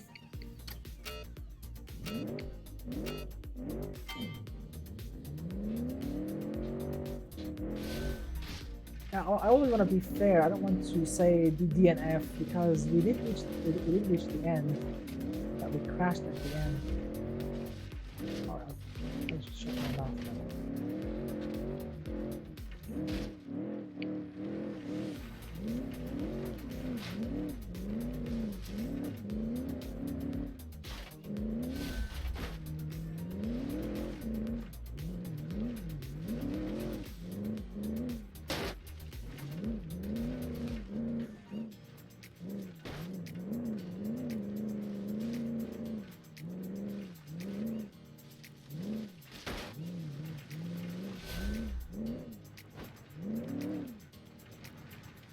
Oh, for God's sake!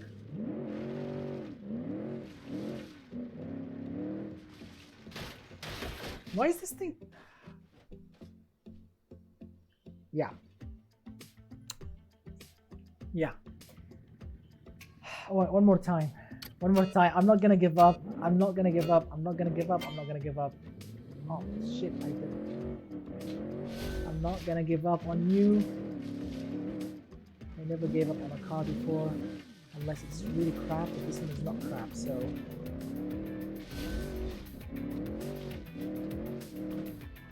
I'm sweating, I'm focusing, I'm still crashing. How is that possible? It's a big vehicle, very powerful engine. Suspension not really that brilliant. Steering is not really that great. But it's doable. It's doable if I focus. Be careful, trees, rocks, and all that crap.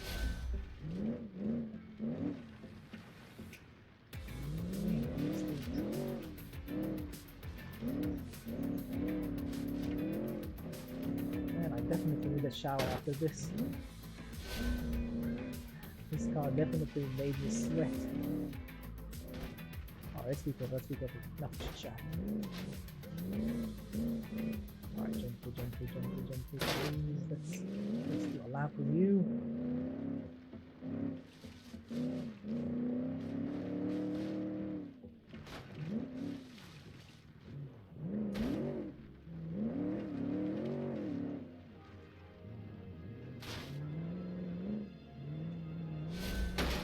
Here we go. Whoa.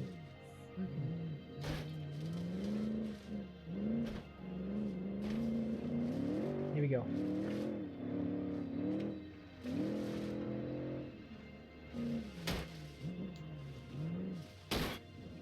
Gently. And we are through. Gently. You can do it. Come on.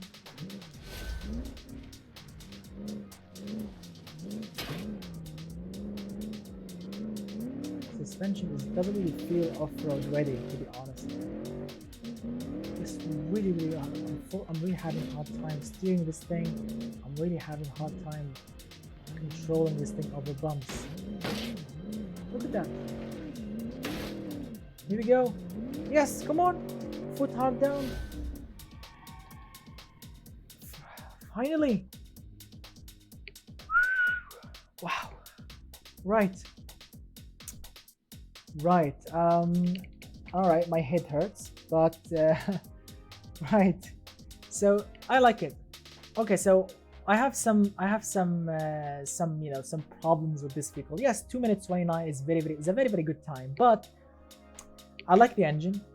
I'm not really interested in the gearbox, unfortunately, because very long gearing. I need to basically drive it all the time using low range.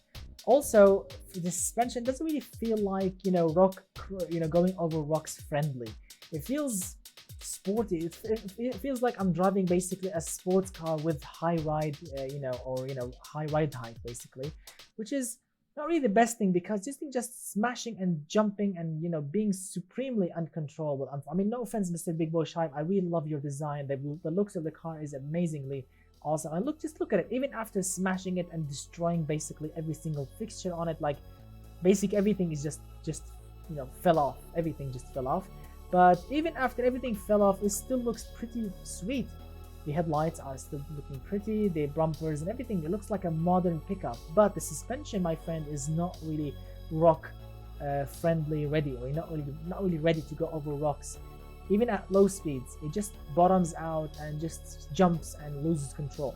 But I really like it. This thing needs to be retuned again, Mr. Big Boy Shive, but really keep the amazing looking body, keep the amazingly tuned engine, but suspension need completely redesigned.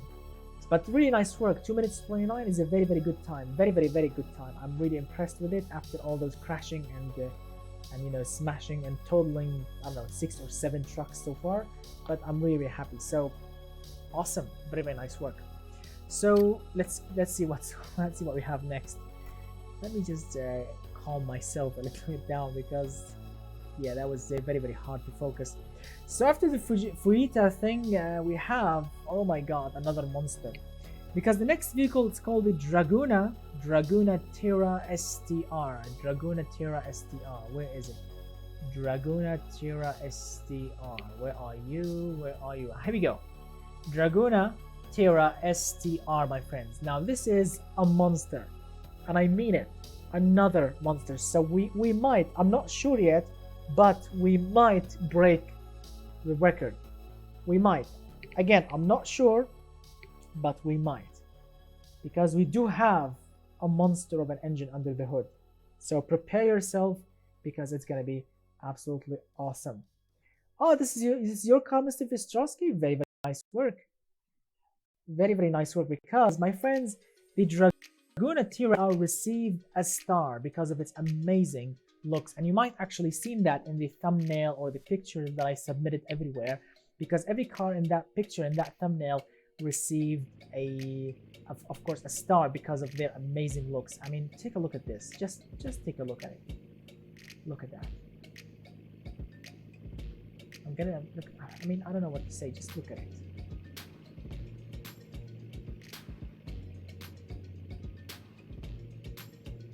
Amazing. I mean, just wow. This thing looks like an absolute beast of a vehicle. I mean, just, oh, wow. Amazing, great attention to details, just beautiful, absolutely beautiful. The paint, the tons of fixtures going on. I mean, just look at the front. How aggressive is the front of this car? How many bumpers, how many push bars, how many crazy details. I mean, look at the attention to details, the grille, the headlights, the indicators, those gray things on the side, the triangles, those lines in the middle going on. I mean, just wow. I mean, just look at that. The hinges on the hood, the doors, the indicators. Just look at the hood also. Also, we have a snorkel going on, the boxes, 2 jerry cans, a spare wheel, another spare wheel in the back, a ladder, a tow hitch. It's just full, and I mean it, full of details. And that's what I love about those awesome cars. Mr. Vystrowski, dude, come on. I mean, you created such a beauty here. Such a pretty amazing looking car here. So gentlemen, prepare yourselves, because this car is not only pretty, oh no, not only pretty, because the Dracona Terra STR is running with, and I'm not joking, 790 horsepower, 7.5 liters, twin turbocharged V8. It's all-wheel drive, 5-speed manual gearbox. This thing weighs 1.8 tons. It's a lot lighter than the monster. Remember that white monster with 800 horsepower? That thing weighed 2.6 tons. This thing weighs 1.8 tons with 790 horsepower, and it can do 15 mpg. So, and 1,000 newton meters of torque. So yeah, I mean, it's gonna be a monster. But I don't know. I mean, I think on the road, on the drag strip, it's gonna rip really hard. It's gonna just fly. But I'm not sure yet if the suspension actually is off-road or, you know, going over rocks ready, because we have multi-link rear suspension and double wishbone front suspension. So I really don't know, and I want to apologize in advance for smashing this thing, because I'm sure, I mean, all of these bumpers and push bars, everything will just fall off. But I really hate. I'm gonna really hate smashing this thing. But it's for a good cause. So let's see. Whoa! Oh my god, it's a tire smoking monster. Whoa, whoa, whoa, whoa, whoa. This engine is just fire breathing twin turbocharged V8. Look at that! I mean, I'm just gently, just gentle touch. Look at that, and I'm power sliding. Whoa! Just a gentle touch of the throttle, and you are just tire smoking, power sliding. All right, first obstacle. All right, not bad. Turn left, please. Jeremy Clarkson will be so happy to drive this thing. He will just smashing power and just fly. Reminds me with his Hennessy F-150 Raptor that he drove. Oh my god, threading the needle. Oh, that was very close. Ah, freaking hell, we actually smashed it. Oh man, slow down. Too much power. Don't wanna get too excited and just fly off the cliff. Because just a gentle touch, and I'm just flying. Gently off. Unfortunately. Whoa! Oh man, the engine is too powerful. Let's try again. Look at the tire marks.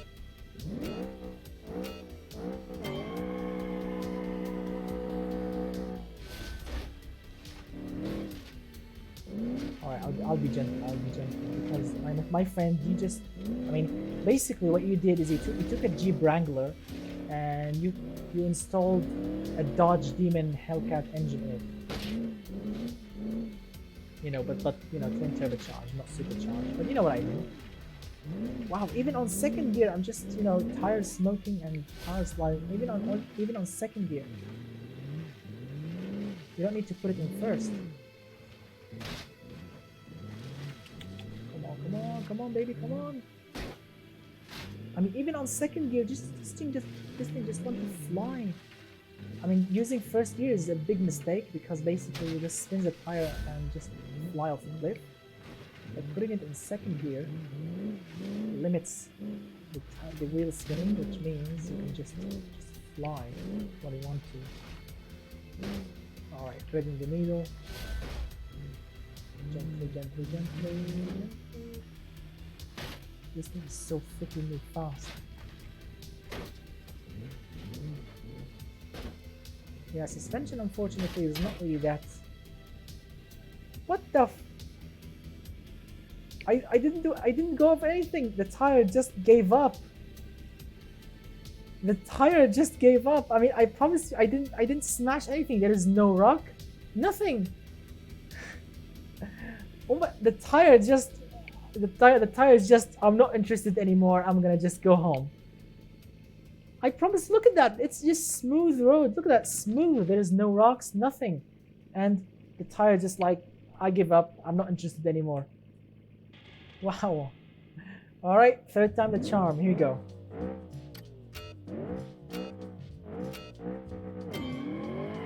Look at that second gear. Oh my god, second gear tire smoking.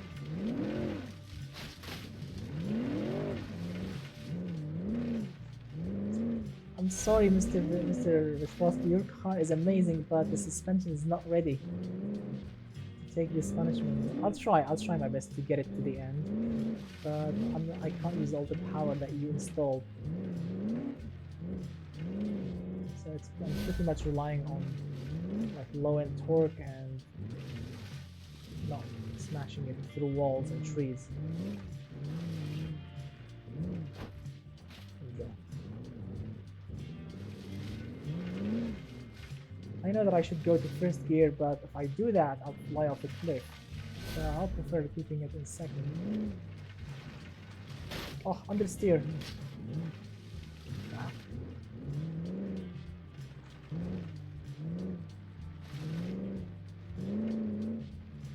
Be gentle. Gentle, gentle, gentle. Needle, needle, needle. Here we go. Between rocks. The steering is not really fast enough to go like from left to right. I mean, you turn the wheel and nothing happens, and then it just turns in the wrong time.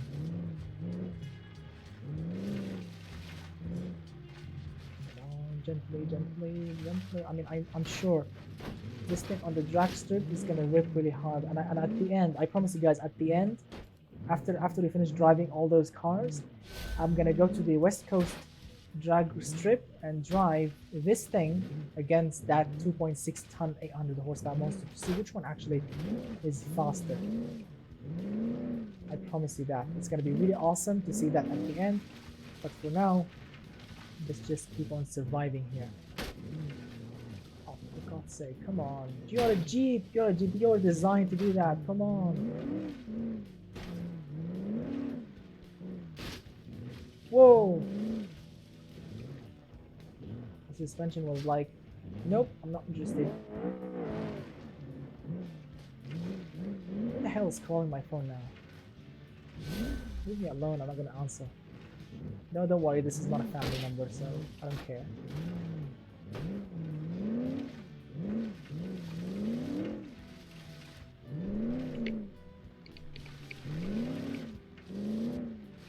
I'm sorry, it's not gonna be a fast time. I'm sure of that. It's gonna be actually a bit slow, but whoa! Ride height, my friend. Ride height is not enough.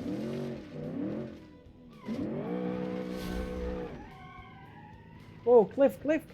Crap! Stop! Yes.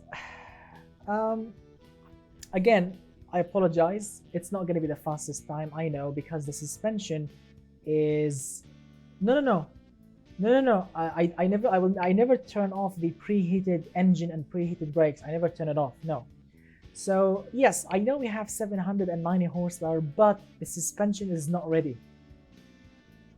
The suspension is not ready, Mr. Vystrowski. I know the car looks awesome. I know we have a lot of power, but it's not ready to go over those rocks that fast. I mean, the first car that the fastest one so far is the Monta S of 1400, because that thing has a ridiculous high ride height. I mean, that thing was just floating over all the bumps and all the rocks. But your car basically crashed every single one of them because ride height is not really that high. I mean, I know that you went with modern suspension, multi-links in the back and everything, which is very cool, very awesome. I love that. But going over rocks, no.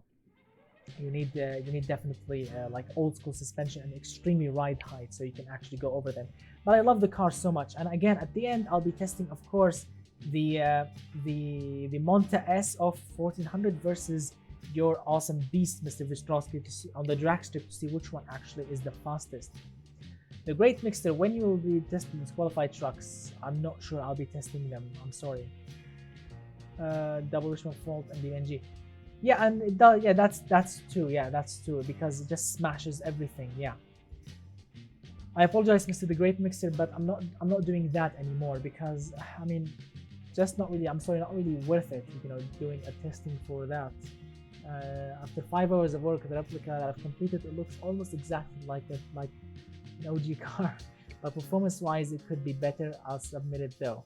I mean, keep working on it. Don't worry about it, Mr. Cars in a bit, because we still have a lot of time till episode 2. So don't submit it yet.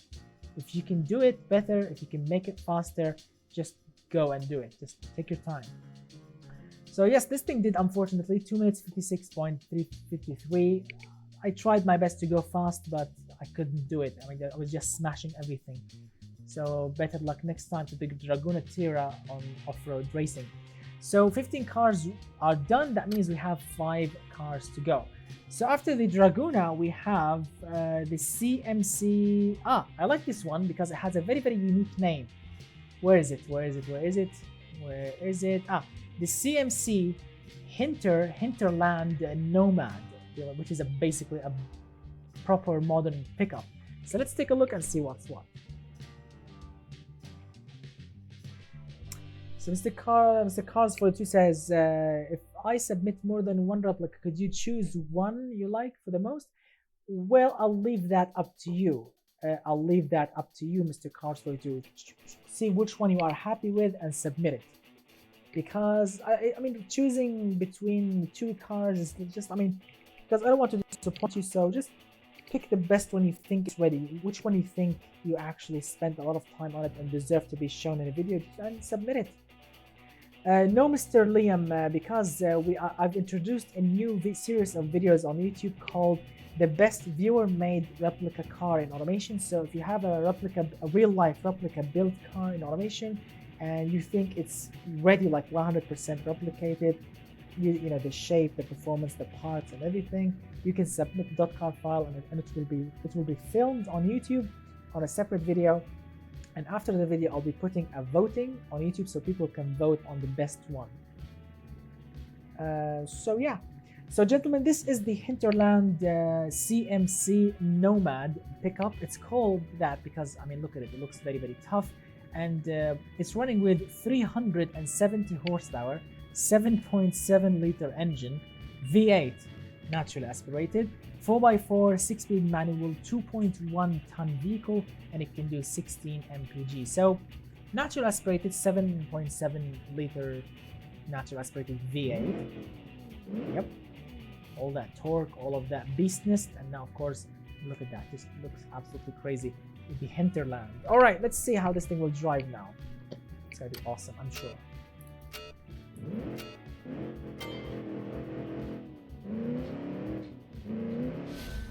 I mean, it's not gonna be crazy fast, but come on. But the suspension, I think, is gonna be great because I drove this thing before. Yeah, I drove it before somewhere. I forgot which map, but I drove it somewhere and I really like it. Let's see if it's gonna be a great start here or not.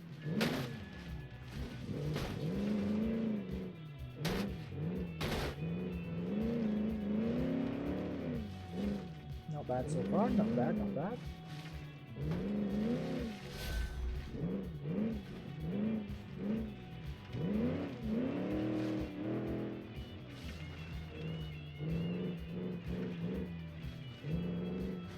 Here we go.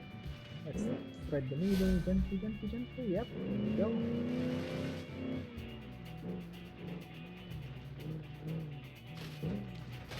Whoa, whoa, whoa, whoa. That was a big crash, but still going so far.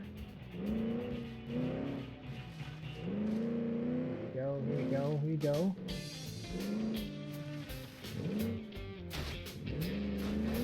Go over it, you gotta pick up.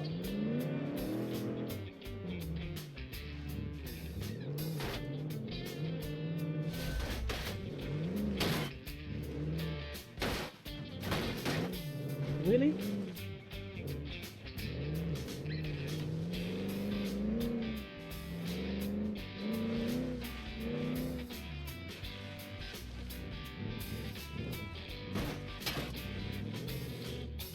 Poor oil pan.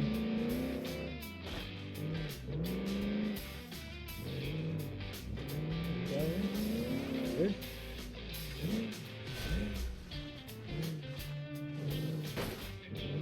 Oh, we lost the side there.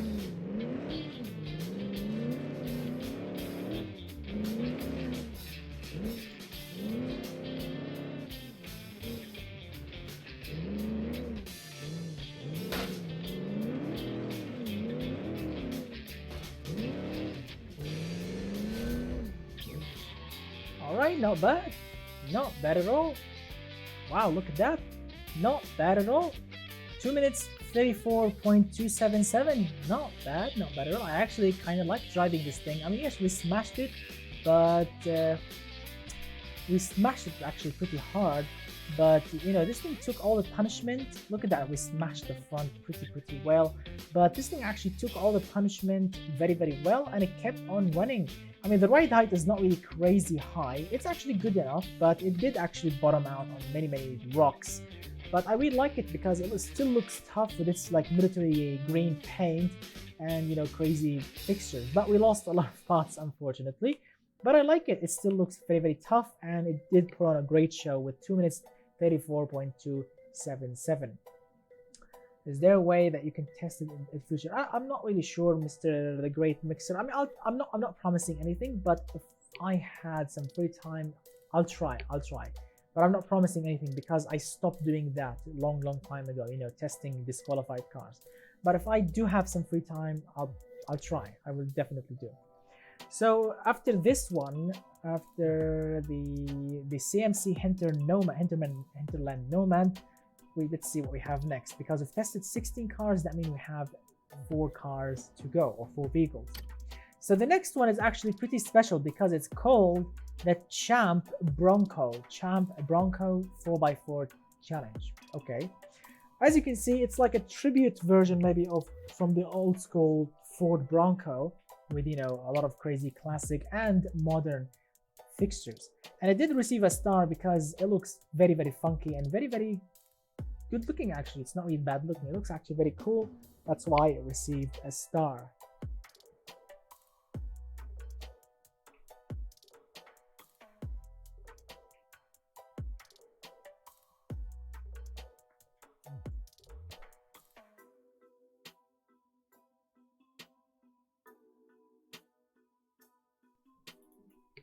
All right, so let's see. Sorry about that. I was checking my email. So gentlemen, this is the, oh, what the hell? Okay, so this is the Champ Bronco. Basically, that's the name of it, with all of its glory. As you can see, it still has some of those classic old school Ford Bronco, you know, fixtures basically, but with some crazy things going on. Like, look at the size. It says Champ Bronco thing. And what we have is also, you know, look at the chassis, space frame chassis, very, very awesome. And you know, some modern touch-ups there and there. It's not completely, you know, classic. It's a bit, you know, funky, but it looks not bad. Looks not bad at all.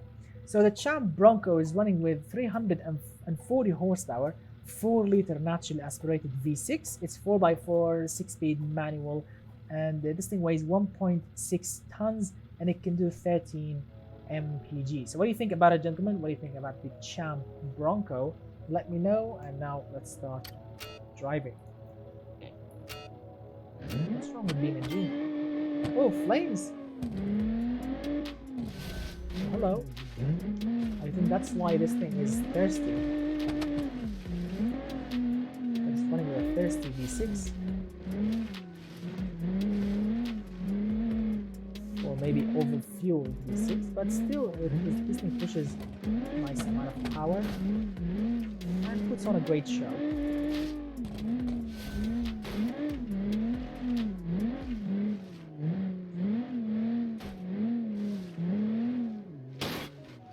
Whoa, that was a big one.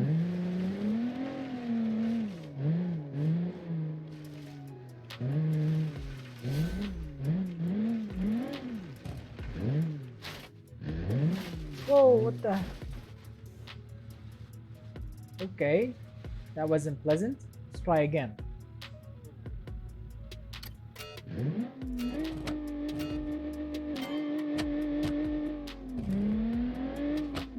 That wasn't pleasant at all.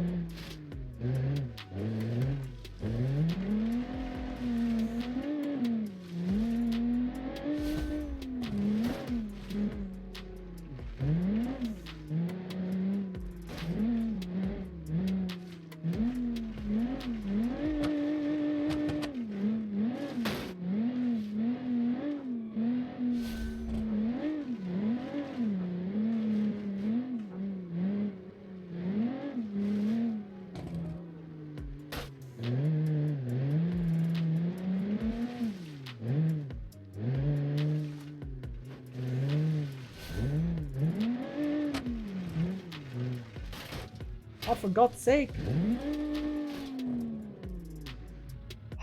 Okay, one more time. I apologize about that. I should be careful.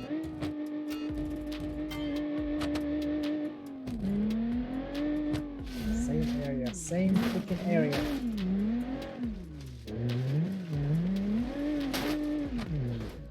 Oh my goodness.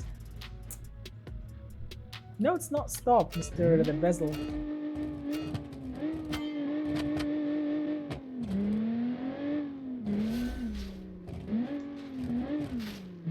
I'll be careful now. No more craziness.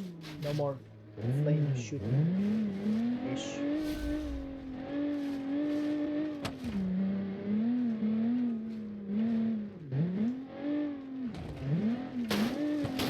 What the? I thought the rear differential just gave up and let go.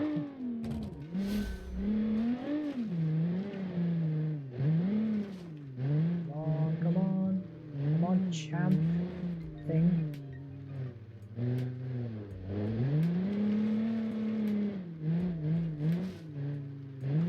Let's be careful here.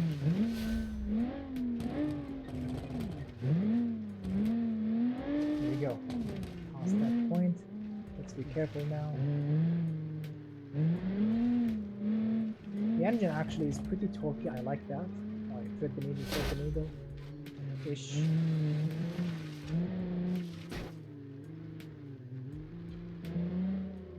Be careful. Oh, a lot of bumps.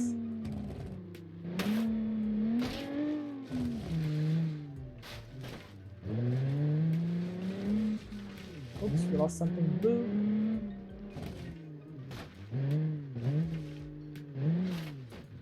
Oh.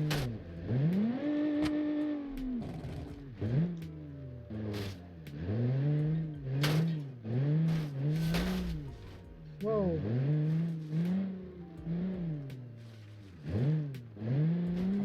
Come on. Oops, we are losing a lot. We're losing a lot of fixtures. As you can see, some of the fixtures in automation, unfortunately, they are not really that tough. DMG. They just fall off.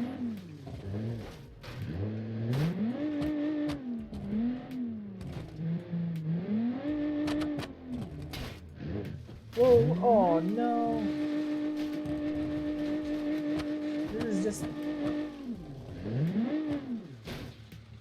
This is just useless. This is just, I mean, the tires are not that great, unfortunately. Yeah, that's correct. All right, let's try one more time.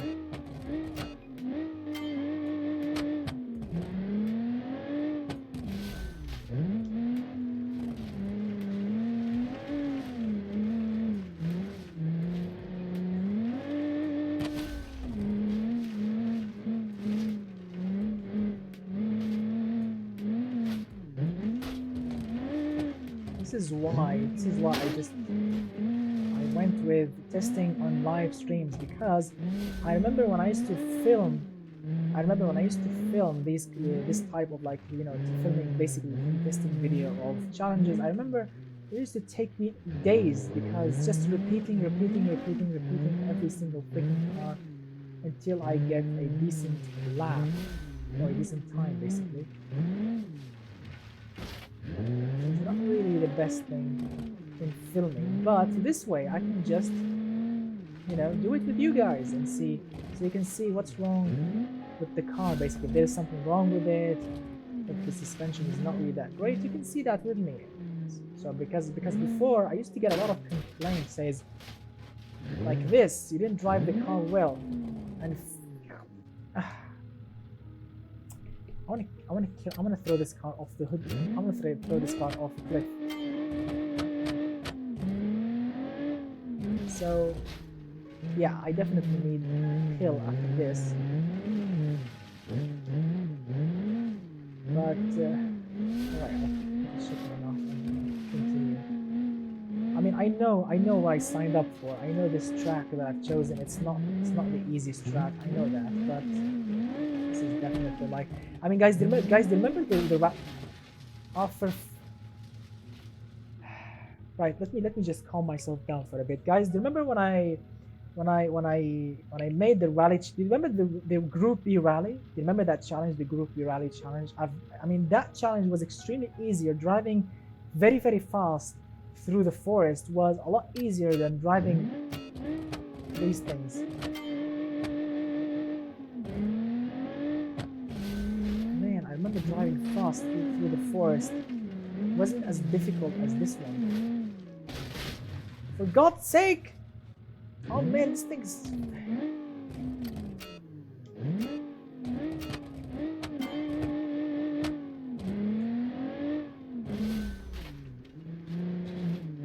Come on.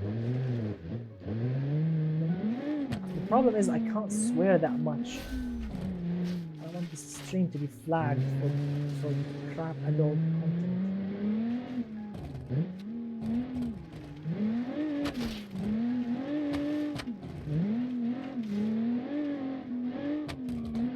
Swearing would definitely help me relax a little bit, but it's not allowed, so I can just bite my tongue and just continue driving.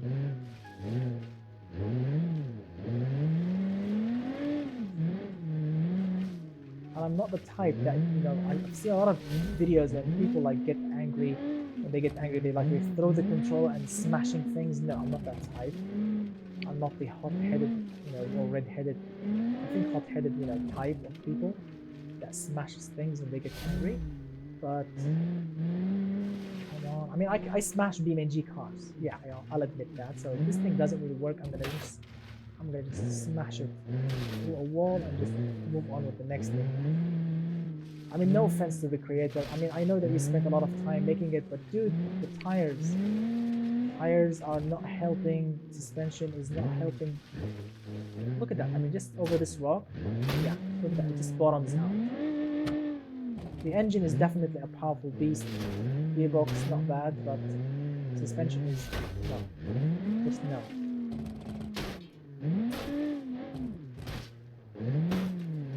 Look at that. A lot of cars didn't bottom out in many places. This thing is just bottoming out on everything. Everything. Look at that.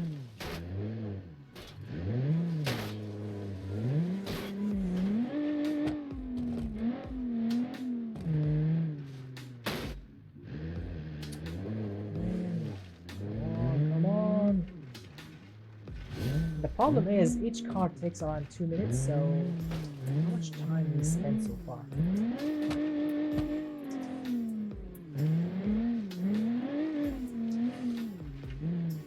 I'm not saying it's slow, it's actually pretty quick, this blue beast here, but suspension is not great.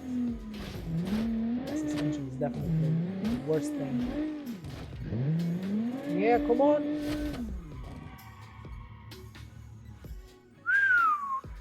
Right, so 2 minutes 36.513, the 6th place, and it wasn't really that easy driving this thing. I mean, you saw that with your own eyes, my friend. It wasn't really that easy driving it. I really hope that someone else can drive it quicker than this, because I mean, just so they can just, you know, see and feel what kind of craziness this thing actually feels.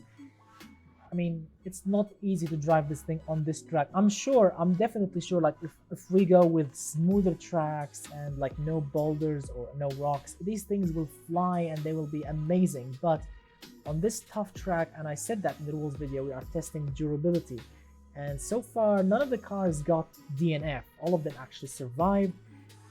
But I mean, some of the cars were difficult to drive. I mean, you saw that starting with the Tawfiq motors and this one, and the Dracona, and many other cars that we actually struggled so hard driving. But we are soldering on, as you can see. 17 cars, 3 cars to go. So Mr. Champ Bronco creator, please, if you are listening, suspension. For God's sake, suspension. Different suspension tune and different tires.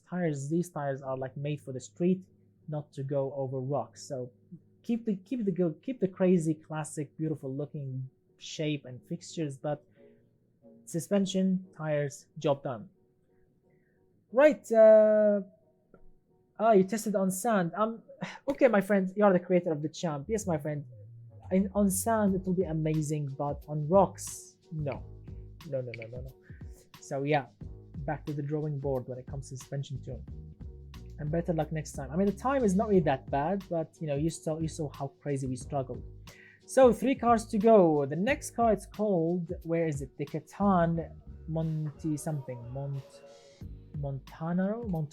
So Catan Montanaro. All right, let's see what's what. No, no, it's okay. It's okay. It's not your fault, my friend. It's not your fault. It's not your fault, my friend. I know. I mean, this track is extremely difficult, and not many cars can survive on this track. I'm sure if we go with a BMG built car, it will just smash itself to pieces. I mean, I don't think it will survive. It's surprising to see automation built cars surviving this harsh track, you know, because we are not only driving slowly, we are also driving to get the best, quickest time. So, yeah. So yeah, good luck, my friend. Good luck with the next one. Test the crawler hopper at the end. I'll definitely try that. Yeah, remind me, Mr. Hawk. Mr. Hawk, remind me at the end. Remind me to test that crawler hopper thing at the end. Right, gentlemen. So the next vehicle, it's called the Catan Montarno something. So 277 horsepower, 3.7 liter. Yes, 3.7 liter inline 6 turbo. It's 4x4 9-speed advanced automatic gearbox, 1.9 tons, and it can do 24 mpg. The great mixer, no, not yet, unfortunately, but I'll be putting an announcement very soon. So basically, this is the Catan, gentlemen. Look at that. We have some beautiful modern looking front and the Catan logo, a front winch, hood scoop. As you can see, look at those funky looking side mirrors, the door handles, the hinges and everything. Look at that, what it says here, Club what? Club Worldwide. Sweet, Street Boys it said. Very cool. And look at that, the badge in the back with the Montarno something, Catan Turbo. So it's very cool and very nicely, you know, nicely made car. We have defroster lines, amazing attention to details. You know, look at the roof rack, 4x4, it says boxes, jerry can, spare wheel. It's just awesome. I really like it. Street race cars. Yeah, I think I'll be doing that maybe in the near future, because we have a lot of street race tracks in our BMG. It would be cool actually to drive on them for a change. So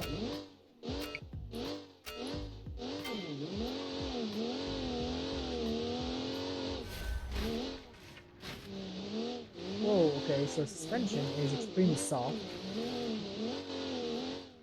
Yeah, dampers extremely soft. It's like driving on air, basically.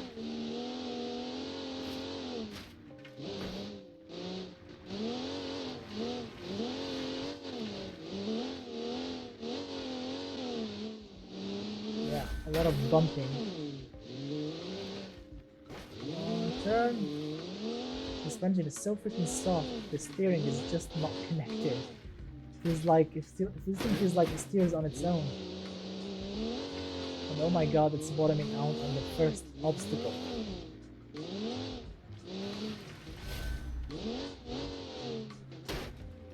Whoa.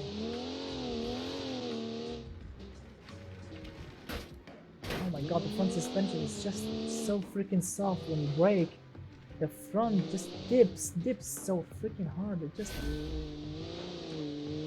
Oh, let's be gentle here. Let's be gentle. Gentle.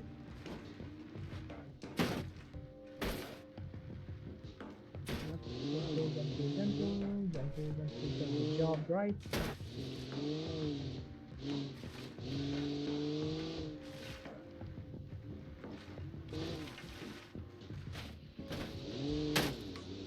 Oh, wow, that was hard.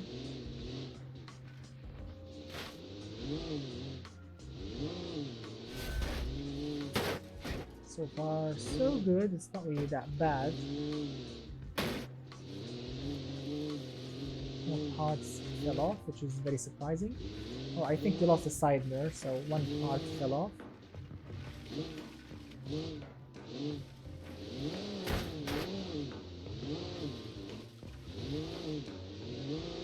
There we go.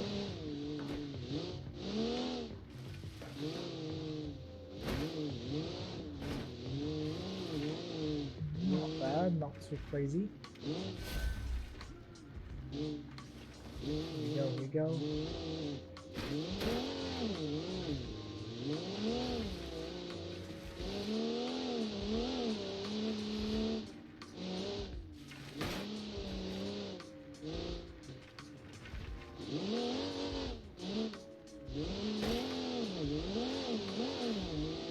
Coming up to the finish. Very easy car to drive, and alright, not bad, not too fast, not too slow. 2 minutes 45.221, which puts it in the 13th place. Well, it's not really that crazy, you know, when it comes to power or when it comes to tune suspension. You know, 277 horsepower, what could you expect? But to be honest, it's actually very, very easy to drive, and we didn't actually lose too many fixtures. I mean, look at that, the front bumper is still intact. Actually, we didn't crash it so much. I mean, we lost the side mirror, one side mirror, not that big of a loss, but still the car actually surprisingly remained, you know, intact, which is like the first thing and I've seen so far in this challenge. All the cars just got smashed extremely hard, tons of fixtures just fell off, you know, on the track, but this one, just a side mirror. So very, very, very nice work. You actually made it very, very tough and very durable. So it took a punishment, it took very, very hard punishment, and it did survive with 2 minutes 45.221. So very, very nice work to the Catan creator. Amazing, nice work. The car looks great, and it definitely performed not bad actually. Right, so after the Catan we have the BBX Traca, that's the name of it. Where's the BBX? Ah, the BBX. Now definitely, gentlemen, you will like this one because, I mean, basically the back. The front is not bad. It looks like any modern off-roader, but the back, I've never seen it done before. The way the creator did the back, I've never seen it done before in my life. You will definitely like this one.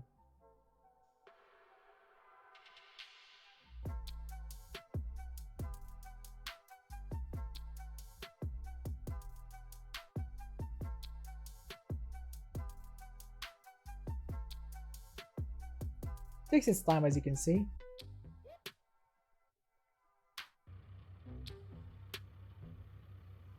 Right, so as you can see, gentlemen, this is basically how it looks from the back, and this is basically what was I saying? You know, what was I? You know what I mean. This is basically what was the meaning of what I'm saying. Look at that. Basically, it's exposed. This thing is running with space frame chassis, and what the creator did, basically, he exposed the skeleton of the car, which made it look absolutely funky and beautiful. Not only that, I mean, look at that, even the exhaust is exposed, and he installed like a tray. Look at the tray in the back, so you can basically put, I don't know, things, cargo, jerry can, whatever, in the back, which made it look extremely custom. I love custom cars, they look amazing, and this one is definitely extremely custom. Like basically he cut the floor, exposed the beautiful chassis, installed that tray, those beautiful, like the spare wheel, the jerry can, another roof rack up there, a light bar on the roof, and a winch up front, and off-road tires, high ride suspension tune. It's just awesome. So it's very, very cool. I love this one. It's called the BBX Traca. So what we have here is a 276 horsepower, 4.2 liter V6 turbo, 4x4, 5-speed manual, 1.7 tons, and it can do 20 mpg. So it's cool. Yeah, it's very extreme. So let's take a look on, let's drive it and see what's what. Here we go.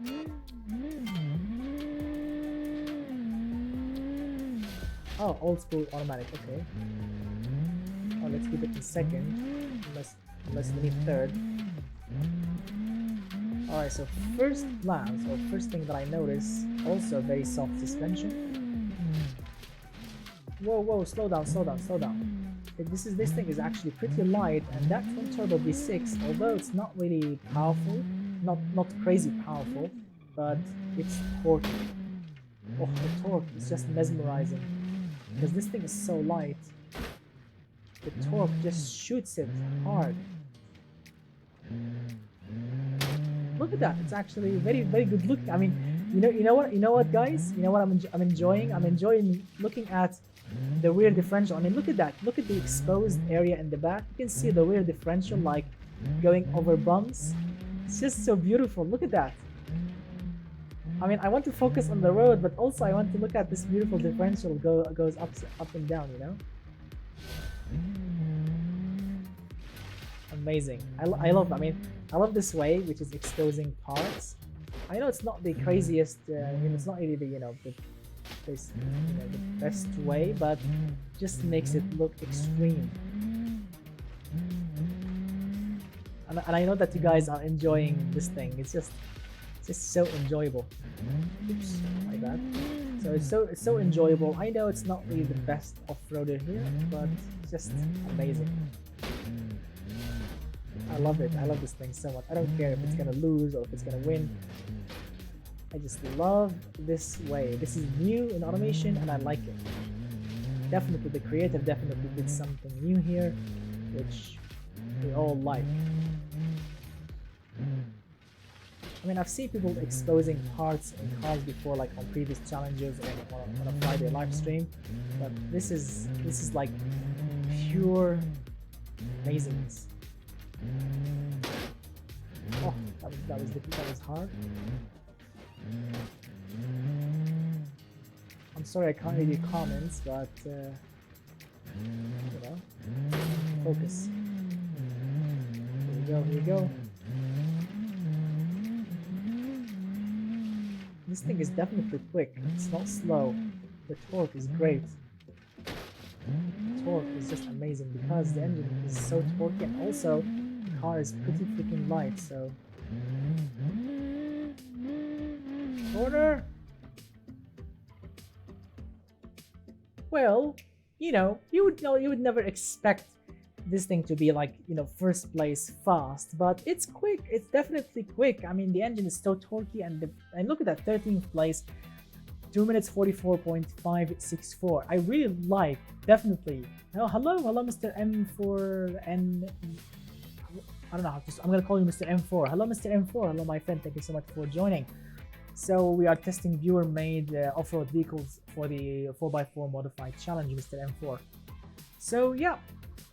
Definitely, I really like this way that he did, the creator, the transparent fixture. So it's not easy. Yes, I know it's not easy to put that fixture exactly in the bed of that of this body, basically, because I think what the creator did, he actually put the fixture right here in the bed, which I know for a fact that that's not easy to do in automation. That's like a nightmare, and I think he tried really hard and he succeeded. It looks absolutely sweet.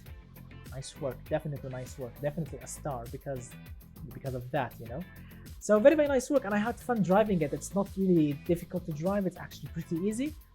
And now, of course, gentlemen, the final vehicle, the 20th car, which is basically the biggest car. I'm not joking. This is by far the craziest and the biggest, the fattest vehicle I've seen in this challenge. Take a look. It's called the Bshar. Where is that? Where is the pizza thing? Ah, here we go. Bshar Bushwalker something. So yeah, it's basically a bus, a massive, long, crazy, big, fat bus. It's gonna be freaking extreme. It's gonna be really awesome, and I hope that I can just drive it on that narrow track. I like it. Let's see. The final vehicle, the 20th, the Bshar Bushwalker. 2 words. What are these 2 words? We try my car overtune on the grid map bumps. We don't want to see the suspension. Okay, I'll try my best. Mr. Technoguz, your comment got flagged, but I know what you wrote. It's written. Yeah, but it got flagged, Mr. Technoguz. Yeah, I know what you meant. Yeah, I think that too, but I can't say it. But yeah, you can say FF. So what we have here, gentlemen, is a big SUV or a big off-roader. God, this thing is just amazing. So this thing is the Bshar Bushwalker. That's the name of it. 615 horsepower, and I'm not joking. 11.8 liters. Yes, 11.8 liters. V10 turbo, 4x4, 7-speed automatic gearbox. This thing weighs by far the craziest and the heaviest vehicle here, 3.3 tons. 3.3 freaking tons, and it can do 12 mpg. Wow. Wow, indeed. I mean, The massive engine, the torque. I mean, can you imagine the torque? Not only it's massive, it's also turbocharged. So torque, well, we have plenty. It's gonna be really awesome. Right, we have fat tires, as you can see, very, very fat tires, and a good ground clearance. So I'm not sure if we are going to break the best time here or not, but let's see. Look at that, it looks very, very crazy, and we have the Defroster lines and everything. Just wow. Here we go.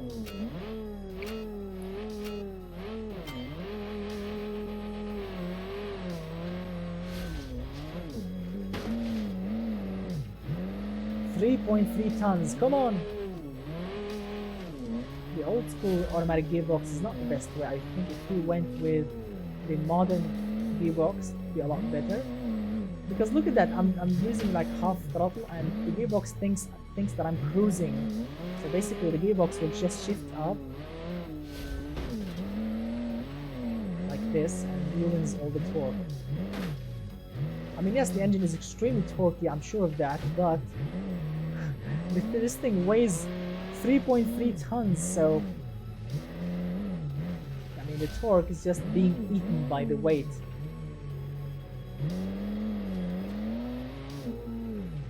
Oh my god, how can I thread the needle here? Whoa! Did we smash the front suspension? I don't know, but oh no, this thing smashed the needle, didn't thread it. This thing just smashed through the needle. Wow. 3.3 tons? What needle? This thing just smashed it and bent it.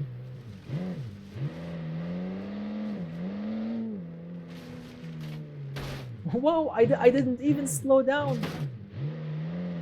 I'm not using the brakes. Just gliding over rocks. I'm not using the brakes. I have to use the brakes here, but basically this thing just no problem whatsoever. Oh, I need to use brakes here definitely.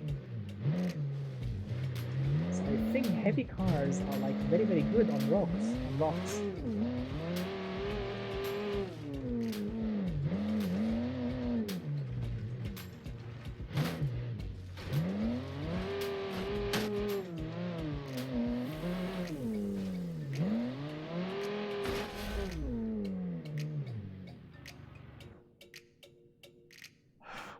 Oh my god, gentlemen, we have a new record. 2 minutes 13.646. Wow, the final vehicle, the 20th vehicle took the win. The final vehicle took the win. The Bezier Bushwalker something pack took the win very freaking hard. 2 minutes 13.646. How in God's name did that happen? I mean, I was driving slow. I wasn't even pushing the throttle fast, and wow. 2 minutes 13.646. Look at that. Just look at this bus, basically. I mean, not much damage. I mean, we lost a side mirror, obviously, but not much damage happened. The bumper is still intact. The suspension is still intact. Everything is still intact. Nothing actually broke on this thing, which is very, very freaking deep. I can't believe it. Wow. I mean, I can't believe this thing. So that means, gentlemen, all of us, we should congratulate the creator of the Bezier Bushwalker. Wow. Congratulations to the creator of the Bezier Bushwalker something crawl hawk pack, and wow. Wow, indeed. Wow, indeed. Amazing. That's the hopper crawler. Alright, I think it's time to do that. But yes, definitely congratulations to the winner of this challenge for making the toughest and the craziest vehicle of it all, the Bezier Bushwalker with its, look at that. I mean, I can't believe it. This thing is just running old school, solid axles, ladder chassis, big fat body, and it just took the win really hard. Yeah, this thing's been roasting all this time, waiting to take his chance, to its time and its turn. Wow, the final vehicle, the 20th one, took the win freakishly hard. Right, so it's time now to see a real rock crawler. I mean, definitely we are not rock crawling at all, but let's see. Where is that freaking thing? Looks like a jeep, but not a jeep. Ah, this one, the hopper, the crawler. Let's take it for a spin. Let's see if it's gonna actually survive. The replica is complete. Awesome. Oh, I got a message. Let me check.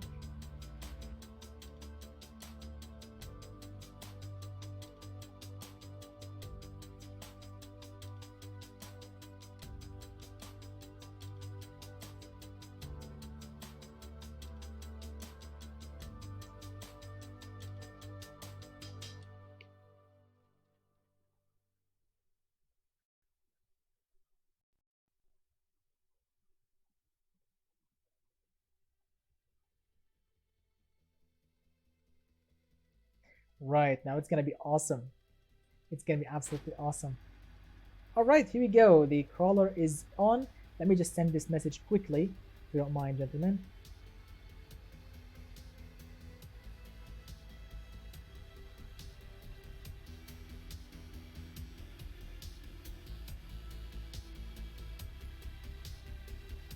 What do you think, gentlemen? Vote, vote, vote. Do you think it's gonna be faster or slower?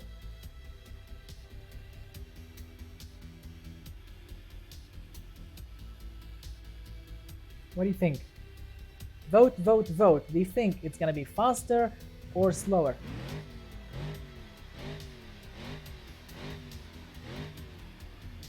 Slower. Wow, 2 votes so far for slower.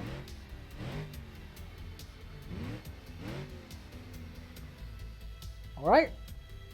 It'll do 220, 230. Ooh, faster. We have the first faster. Okay. We have a lot of slower votes and 1 faster. So, let's see what's what.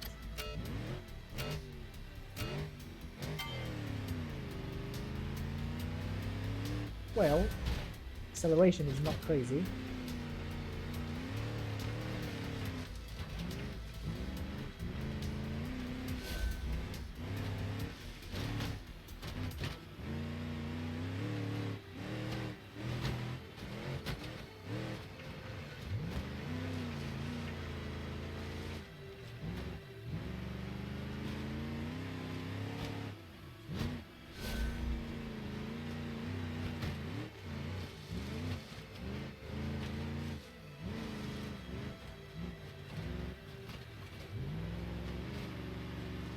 Come on, why this thing's so freaking slow? The gearing is freakishly long.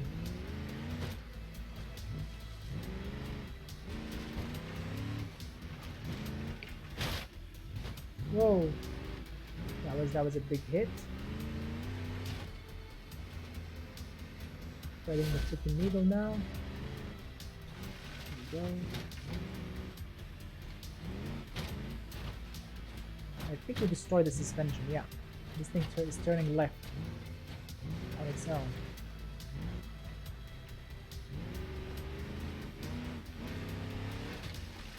Whoa, this thing is turning left really hard.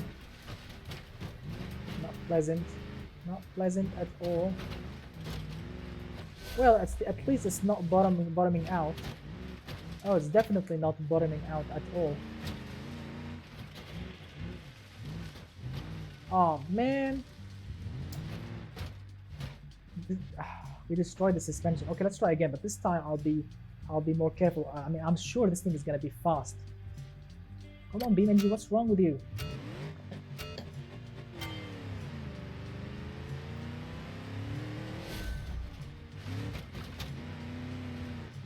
I mean, it's not easy actually to drive. It feels very like. The suspension, I love the suspension too. It's actually pretty sweet, very sweet actually. It's like well built for this environment. The gear ratio is not my favorite, a bit too long for me, or at least a bit too long for this track. The engine is not bad, but not too crazy torquey. Like a little more torque would be definitely better. But it's definitely gliding over everything. If you can steer it nicely, it can glide over absolutely every freaking thing. No problem whatsoever. Just remember not to smash the wheel off like we did on the first lap, so it doesn't steer left on its own. Look at that, even if you went wrong and like went over a boulder or a rock, no problem. Tires are made to do that. Look at that, not stopping at all.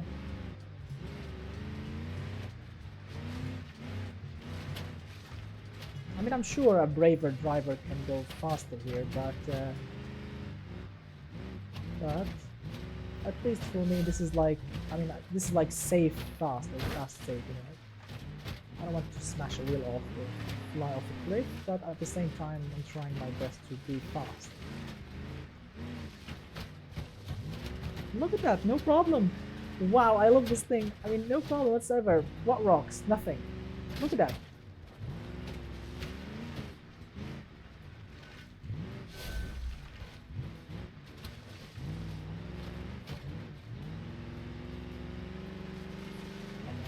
Come on, baby, come on. Look at that, not slowing down for anything. At least there's a corner, you need to slow down. And here we go. Wow, look at that. Look at that. Look at that. 2 minutes 12.706. Yep, definitely. I mean, BeamNG cars are obviously well tuned, a lot better, you know, tuned, and you can actually see that. You can actually feel that and see that over bumps and everything. I mean, the tires, the suspension, and everything is just awesome. So you can feel, you can feel how good this thing. I mean, the cornering and everything is really cool, but the engine is not as powerful as we have seen. I mean, of course, we got like around the 100 horsepower, 700 horsepower, and all of that. But still, how much horsepower this thing is pushing? How much horsepower do you think it's pushing? I've never checked the specs of this thing. What do you think? How much horsepower this thing is pushing?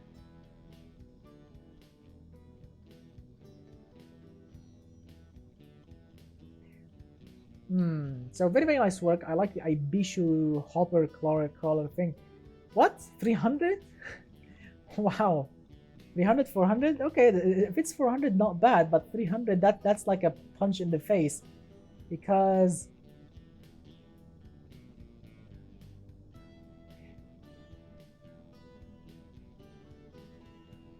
right, so very, very cool. I really like it. I mean, this thing is just so awesome. All right, now congratulations again to the Bezia creator for what's wrong with BeamNG? Wow, look at the instrument, they are broken. So alright, so now let's go to the drag strip and see what those cars that we were talking about and how will they of course be running. What's wrong with BeamNG? Our game just feels very, very slow to respond, and I think we need to, yes, I'll definitely test the ArcDots thing, but the game is just, look at that, I'm pressing stop and come on, show me the menu. Okay, come on, show me the menu. Come on. So as you can see, the game got, well, the game is running with mind of its own. But we definitely had so much fun driving your awesome cars. Come on, BeamNG, what's wrong with you? So yes, we definitely, guys, had so much fun driving your awesome challenge cars. You guys, all of you guys did very, very awesome work. I mean, just take a look at the suspension on this thing so you can understand the craziness about this thing. I mean, look at that. Look at the double shock action and the long spring. I mean, just, you know, this thing was made to go over these crazy, you know, jumps and bumps. Look at the shock absorbers and the double shocks and all of that. I mean, just amazing. This thing definitely, you know, was designed to do this type of craziness and, you know, this type of awesomeness, you know. I mean, which makes sense, you know, makes sense. If you put any car with better suspension on this track will definitely, you know, get better results. But you know how automation suspension is, it's just pretty old school. Yep, I will test all of your amazing cars on this strip. Not all of them, obviously, just the ones that, you know, running with a ton of power. Come on, look at that, guys. I mean, I've never seen this before. Why BeamNG is just so slow to respond? I mean, the menus are so freakishly slow, you know, slow to respond. But look at that. Just it's like playing on. I think if we load another map, it will like reload itself, refresh itself. So let's load. Come on, show me the drag strip so I can press on it. Come on, BeamNG, come on. Look at that. I mean, the pictures are moving very, very nicely and everything is moving nicely. You can drive the car as quick as you want, but the menus are basically broken. So you're going to test your